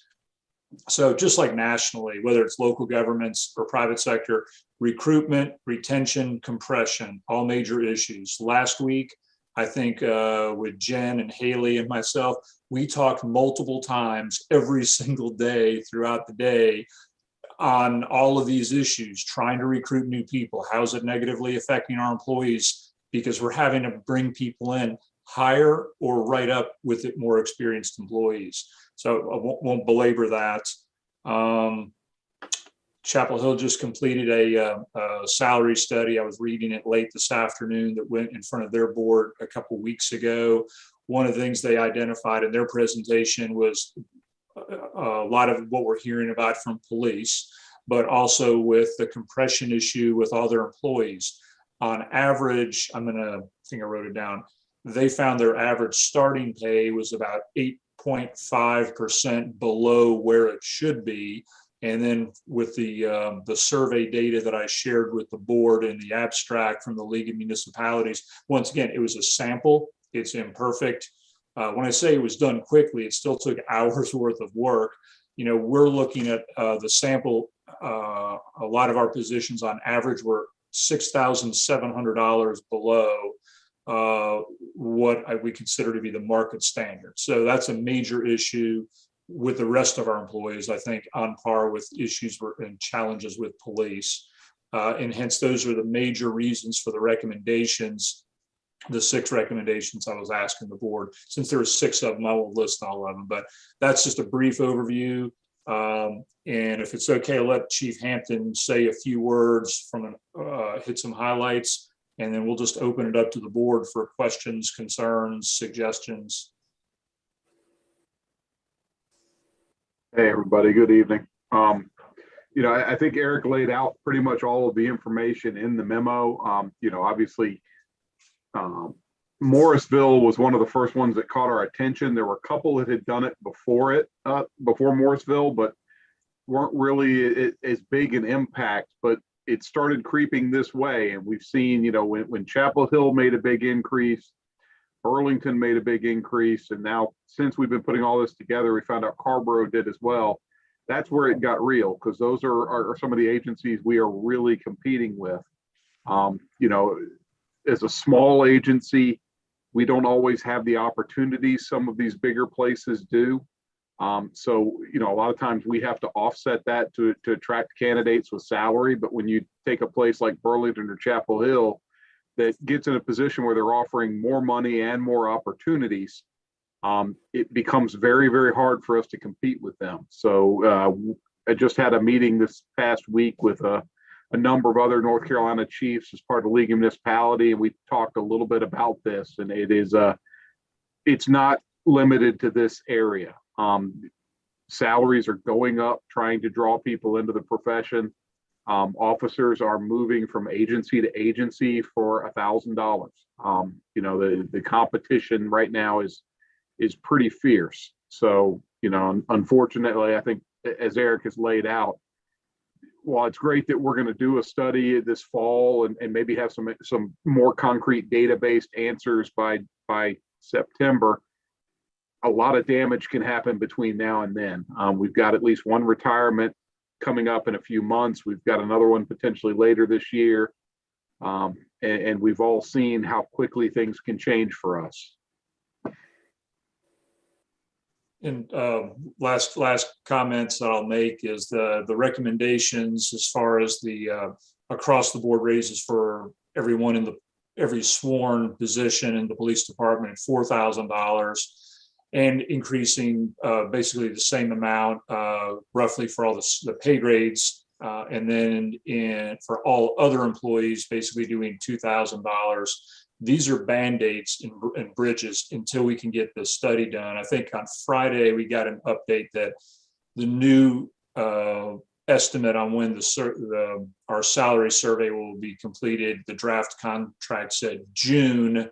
Once again, these things always run late. So I felt better it's June or July, but still waiting 6 months, a lot of damage can happen. And as the town manager in Fuquay Varina, and the email, the abstract he shared with his board last week, again, he said, and they went up to 50,200, and they're making other adjustments as well. They're saying, I'm coming back to you again in the budget, and it's not going to be enough because everybody's going up. So I don't want anybody to think that these changes are going to solve our problem. It's an incremental change to kind of stop the bleeding, and then we can refine it and take a closer look and come back to the board with the results, hopefully in June or July. So that's it for me. And Eric, if I could chime in one thing when we did our quick kind of peer comparison, one of the questions we asked is kind of, where are you now? And are you in the process, or do you have a plan for a pay study of some sort? And a vast majority of the places we talk to are not only ahead of us, but they're now doing another study. Wake Forest is a great example. They were already at 50, and they're doing their study they do it every 3 years. And they're probably going to go up to like 53. So again, it's the escalation is still happening actively.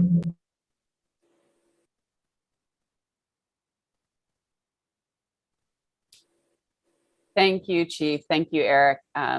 This is serious stuff, and I'm glad that y'all moved so quickly to pull this together when you needed to. So appreciate all the information in the packet. And Matt, I see a question. Yeah, it's kind of related, but not directly related with what's before us today. I know we gave y'all the ability to do shift differentials for night patrols, and then also we were looking at our healthcare benefits, particularly on the family side, the dependent side. Do y'all have any updates about that as well? How did the differential look? How did that help? And then also what might also be helpful with the benefits side of things? Mike, I can speak to the differential piece. I'll let Eric speak to the benefits part. We put the differential in place, and it's been a help, but everybody's offering these extra little incentives with education, language. Different places have different shift differentials. So, I mean, it's been well received and been helpful, but it doesn't have a massive impact. It's not a huge amount of money. So it's been a good thing, but it's not going to bridge the gap, and it only is going to affect, with the permanent shifts, it really only affects more of the folks. We've got certain folks who are working those nights, and it has more impact for them. On the health insurance, I'll make a couple quick comments because I don't have detailed information, but Haley may be able to jump in and add. So we did two things, thanks for the support from the board last year. We created another, we've got the high deductible plan, a PPO plan, and we offered another high deductible plan with a really high deductible to make it more affordable, because what we were hearing is we've got like a lot of younger employees, they're less likely to get sick. So that was more affordable.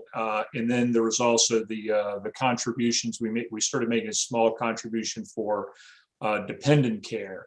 And when I was reading Chapel Hill's comprehensive compensation plan, they had some benchmarking data, like, Chapel Hill pays like over 50%, and maybe Commissioner English can say on for family coverage or dependent coverage, and we haven't got close to that. So I think we only have one employee selected the really high deductible plan.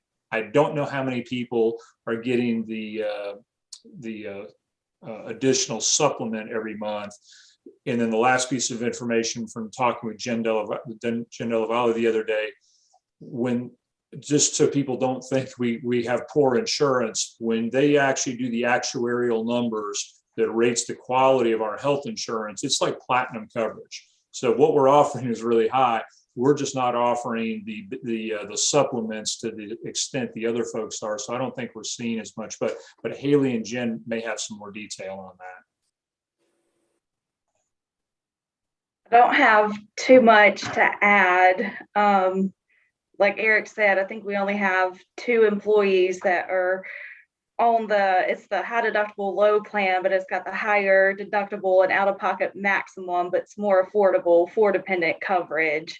And I feel like it has, kind of similar to what Dwayne was saying with the shift differential pay, these insurance premiums, it's made a difference, but it hasn't been a huge impact, at least from what I've seen.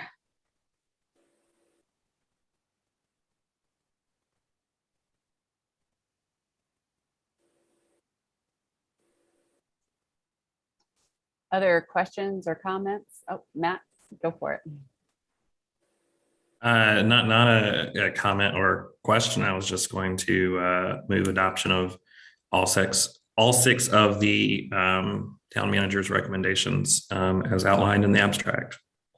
Second. We've got a motion by Commissioner Hughes and a second by Commissioner Ferguson to adopt the 6 actions requested by the town manager in the abstract. Is there further discussion? Rob. Please don't take this the wrong way. I also support all 6 kind of recommendations and stuff too, but and I know it's not just in policing, but I just feel like we're in this arms race. And is there any end in sight where we're competing with much larger municipalities that have more employees, larger coffers, and I'm not trying to minimize, the town of Hillsborough's police or compare them really in any way to these other ones, but I just don't see any end in sight. And how do we get out of this kind of vicious cycle of having to, make these little Band-Aid compensation things to, how do we get ahead of it, I guess, further ahead, other than having to take a Band-Aid approach every year, every couple of years? Commissioner English, I think you just characterized the large number of conversations that I've been in with managers across this state and some other states. As I mentioned, I have had a lot of discussions lately, as well as echoing like what was the #1 topic during the COG managers meeting. It was early last week, and the word arms race is used repeatedly. So I think when we can talk more about this when we get the salary survey done through TJ COG and Piedmont Triad COG. Is that I just lost my train of thought for a second. The going back is like when we're like $6,700 behind starting salaries for a lot of our positions. I don't know. It's like I'll handle 1 or 2 crises at a time. So let's get as close there. I remember my point now. Philosophically, whether it's our frontline employees that are out there, whether it's police, accountants, public works equipment operators, our line crews out in the field, it's like they're doing the same work, whether they're in Raleigh or Cary. There's not any difference. And I'll even say in the small towns, because that's mostly where I've worked in my career, if anything, our employees often have to be far more versatile. Like, for example, on our water and sewer crews in the field, they do jetting, they can do cameraing, they repair the lines, where if you're in Durham, it's like I'm just doing taps today. That's all I'm doing, or they drive 1 piece of equipment. So our employees, you can make an argument that they'd have to go higher. And then just once again, I feel like our salaries on our are more, I mentioned grades 1 through 12. That's sort of an arbitrary number. The more forward-facing people, the technical skills that do the daily work, we need to be able to compete with all these people in the region. It doesn't mean we have to pay to the dollar what Cary or somebody is paying, but we need to be really close, because a lot of these other governments, the supplements they're paying on health insurance, we just had somebody turn a job down last week. One of the people, it's like, yeah, sorry, I saw your health insurance, and basically they're getting a big supplement with the local government we're at. So there's only so much we can do in insurance, but I don't think we can sacrifice a lot of the salaries. And then the last part of the answer is, I took our entry level grades 1 through 12, and there's 13 through 24. When you get to a higher level position like a department head or your manager, there is a difference, because the police chief in Raleigh is going to be supervising 2,000 police officers versus what the chief's doing. But these entry level, there shouldn't be much of any difference at all. So other than that, I don't know what we can do except kind of get ourselves closer, as close as we can. And that's part of the reason for the incremental recommendation is, let's do this Band-Aid right now for the reasons we've talked about, and then we can fine tune and be more specific and have a lot of these discussions when this comes back, hopefully in June.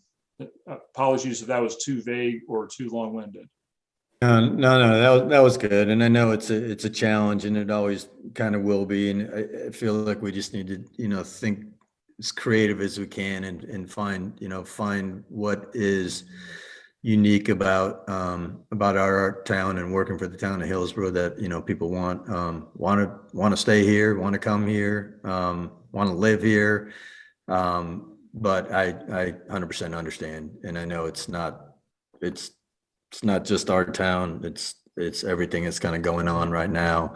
And I certainly want to, continue to support HPD and all the good things that they do for us. So thank you.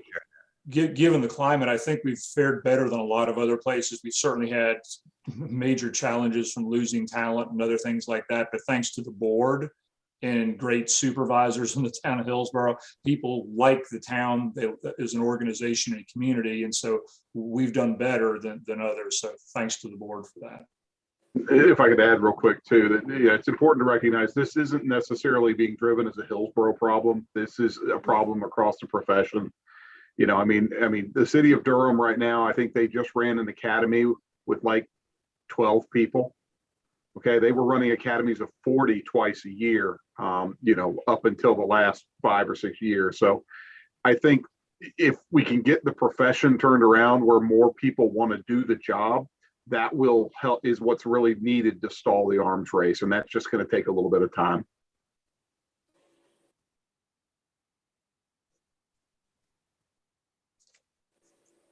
Go for it, Kathleen. Yeah, and I haven't been following this closely, but I know there's been talk about for health insurance being able to pool, whether it's association or group level. And I know that, and I'm not talking about the league pool, but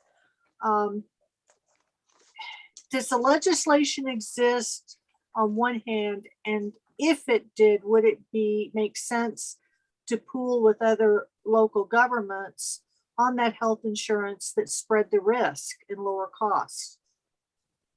That's exactly what we've done. If you recall, several years ago, Catherine Cathy worked with Gallagher, and we started our own pool, and we were one of the charter members of it. And I think Jen mentioned the other day that our projected rate increase this year is 0.5%.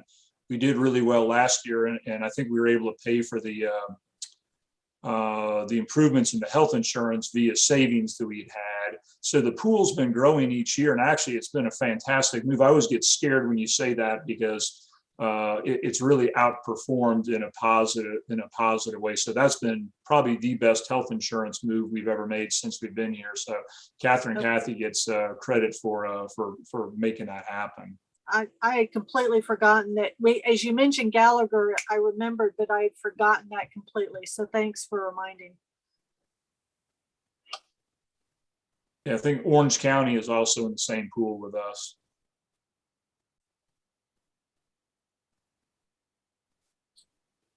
All right, if there's no further discussion or questions, if y'all will indulge me, just for the record, these actions are in our packet, but I'm just going to briefly read through them so that they're on the recording for us.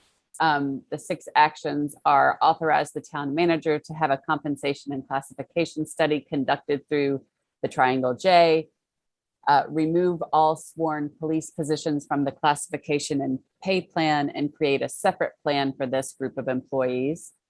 Raise the starting salary grades for all sworn police positions by $4,086. $4,000 increase in annual salaries for all sworn positions effective February 14th. Increase all employees, non-sworn police, pay grades by $2,000, and a $2,000 increase in annual salaries for all employees, non-sworn, effective February 14th. And I believe we're ready to roll call the vote. Commissioner Bell, Aye. Commissioner English, Aye. Commissioner Ferguson, Aye. Commissioner Hughes, Aye. Commissioner Lloyd, And those are passed unanimously. Again, thanks for all the work and quick movement that went into this. Thanks for all that you do. And moving on to item, what we have as item 5F, which is a brief report from Margaret regarding the CDBG coronavirus reporting. Hi, Not so the I had to- coronavirus reporting, but I on the had to- grant. I had to change location, so I hope I'm coming through okay. Yes, please ignore the first 8 pages of the attachment. The annual report, we found out we did not need to file because we have not filed a reimbursement with the state yet. And so just ignore that. Please do not include that in the motion. Last month you approved a quarterly report, and I did not realize that common sense should have told me that the quarter should be consistent, January, April, July, and October, rather than starting randomly in August when we did funding authorization. So I went back into the numbers and pulled out to create 2 quarterly reports to align with the standard quarters. And so what's in your packet would replace what was approved last month, if you don't mind. And I apologize for the confusion. We are learning rapidly every day on this program and doing the best we can to keep our paperwork straight and square.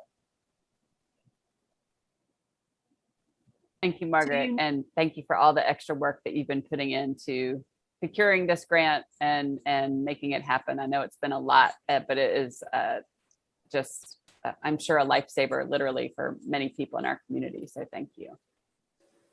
Was somebody else trying to speak? I was just trying to be clear of the motion that was needed. So you need to approve the quarterly report and not the annual report? Correct. There's actually now 2 quarterly reports. So if those can be approved and ignore the annual report, that would be ideal. Okay, so I move to approve Q3 and Q4 reports. Moved by Kathleen, and I believe I heard a second from Evelyn. Any discussion on these reports? Hearing none, let's roll call the vote. Commissioner Bell, Aye. Commissioner English, Aye. Commissioner Ferguson, Aye. Commissioner Hughes, Aye. Commissioner Lloyd, And those are approved. Thank you, Margaret. Moving on to item 6, other business. I always love this part of our workshop agenda. I believe we have no other business at this time. Moving on to committee updates and reports. It is late. I would encourage people to keep these reports brief and keep them essential as we go around. And I will start with Evelyn. I didn't have a meeting because several people had the COVID virus. Oh gosh. The firefighters. Well, I'm glad they found that out before y'all met. Kathleen. That partnership, again, we've gotten a full complement on the leadership team, which is very good. We're getting ready to move into the next round of funding on the project review committees. And we've got an upcoming meeting with the COG. Great. Thank you. Matt. We have our first meeting of SWAG in a very long time. Myself and Rob do. That is next Monday on the 31st. So looking forward to that. Other than that, y'all handled some of the business that we had here, which was the reappointment of Danny Black to the TDA. And one thing, I think this came up in one of our previous meetings, but the TDA, all three of us have talked about looking at the statutes and probably consulting Bob with, how can we expand that group. The TDA is just 3 members. So you get 2 of them together.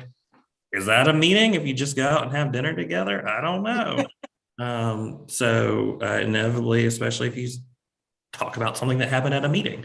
So really wanting to have that be a really representative group of folks, and, maybe bumping that up to, 5 or so people, just so that A, you don't run into quorum issues like that, but then also B, to get some additional folks on the board, or on the development authority. But those are my only reports. Thank you, Matt. Rob. Parks Recreation Board met. Again, VHB visited us and did their sustainability presentation. It's very well received. They're digging in. Parks Recreation Board is digging into the connectivity plan, and still working on skate spots. That's it. I did want to, and I've already mentioned this once, but kudos to Public Works and all the town staff that worked on the roads during this winter event. It was amazing. I was out Saturday morning and Sunday morning. I was driving through Chapel Carbo and other parts of Orange County too, and Hillsborough was far ahead of everybody in terms of clearing their roads, clearing their secondary streets. Really appreciate it, Eric, and please pass that on. Thank you, Rob. Yeah, they really did do a great job. I think my kids would tell you maybe they did too good of a job on the best sledding roads, but no, in all seriousness, for our public safety and community needs, they did an awesome job clearing the roads. Mark.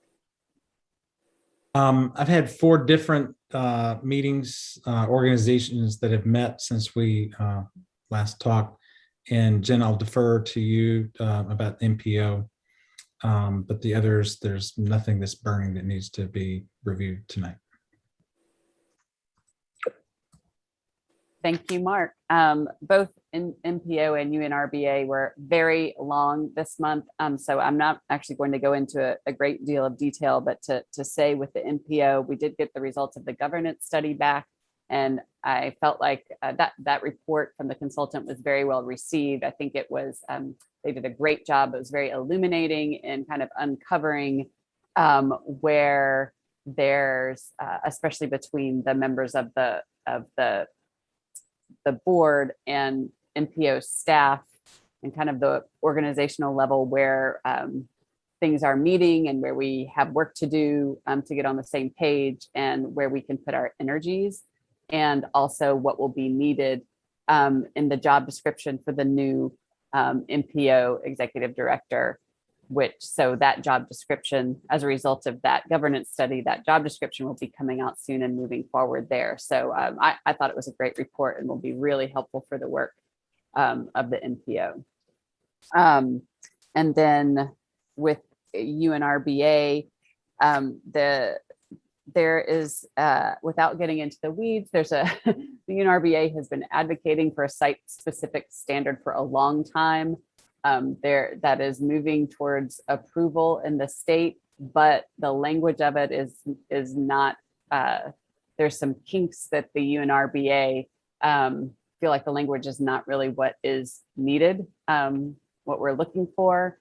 So we're, working to change that. It sounds like it's not sure whether or not that effort will be successful. So just kind of one step at a time. And then we are taking steps towards bringing the town of STEM back into the UNRBA and participating in the IA program. But it's just going to take a couple of steps to get that going, but that is the direction that the UNRBA is headed in. And we had some fun. What happens when you have more than one lawyer in the same room? That was good times. And thank you, Bob, for all your part in that. It was kind of fun to listen to, actually. So that's all I have to report.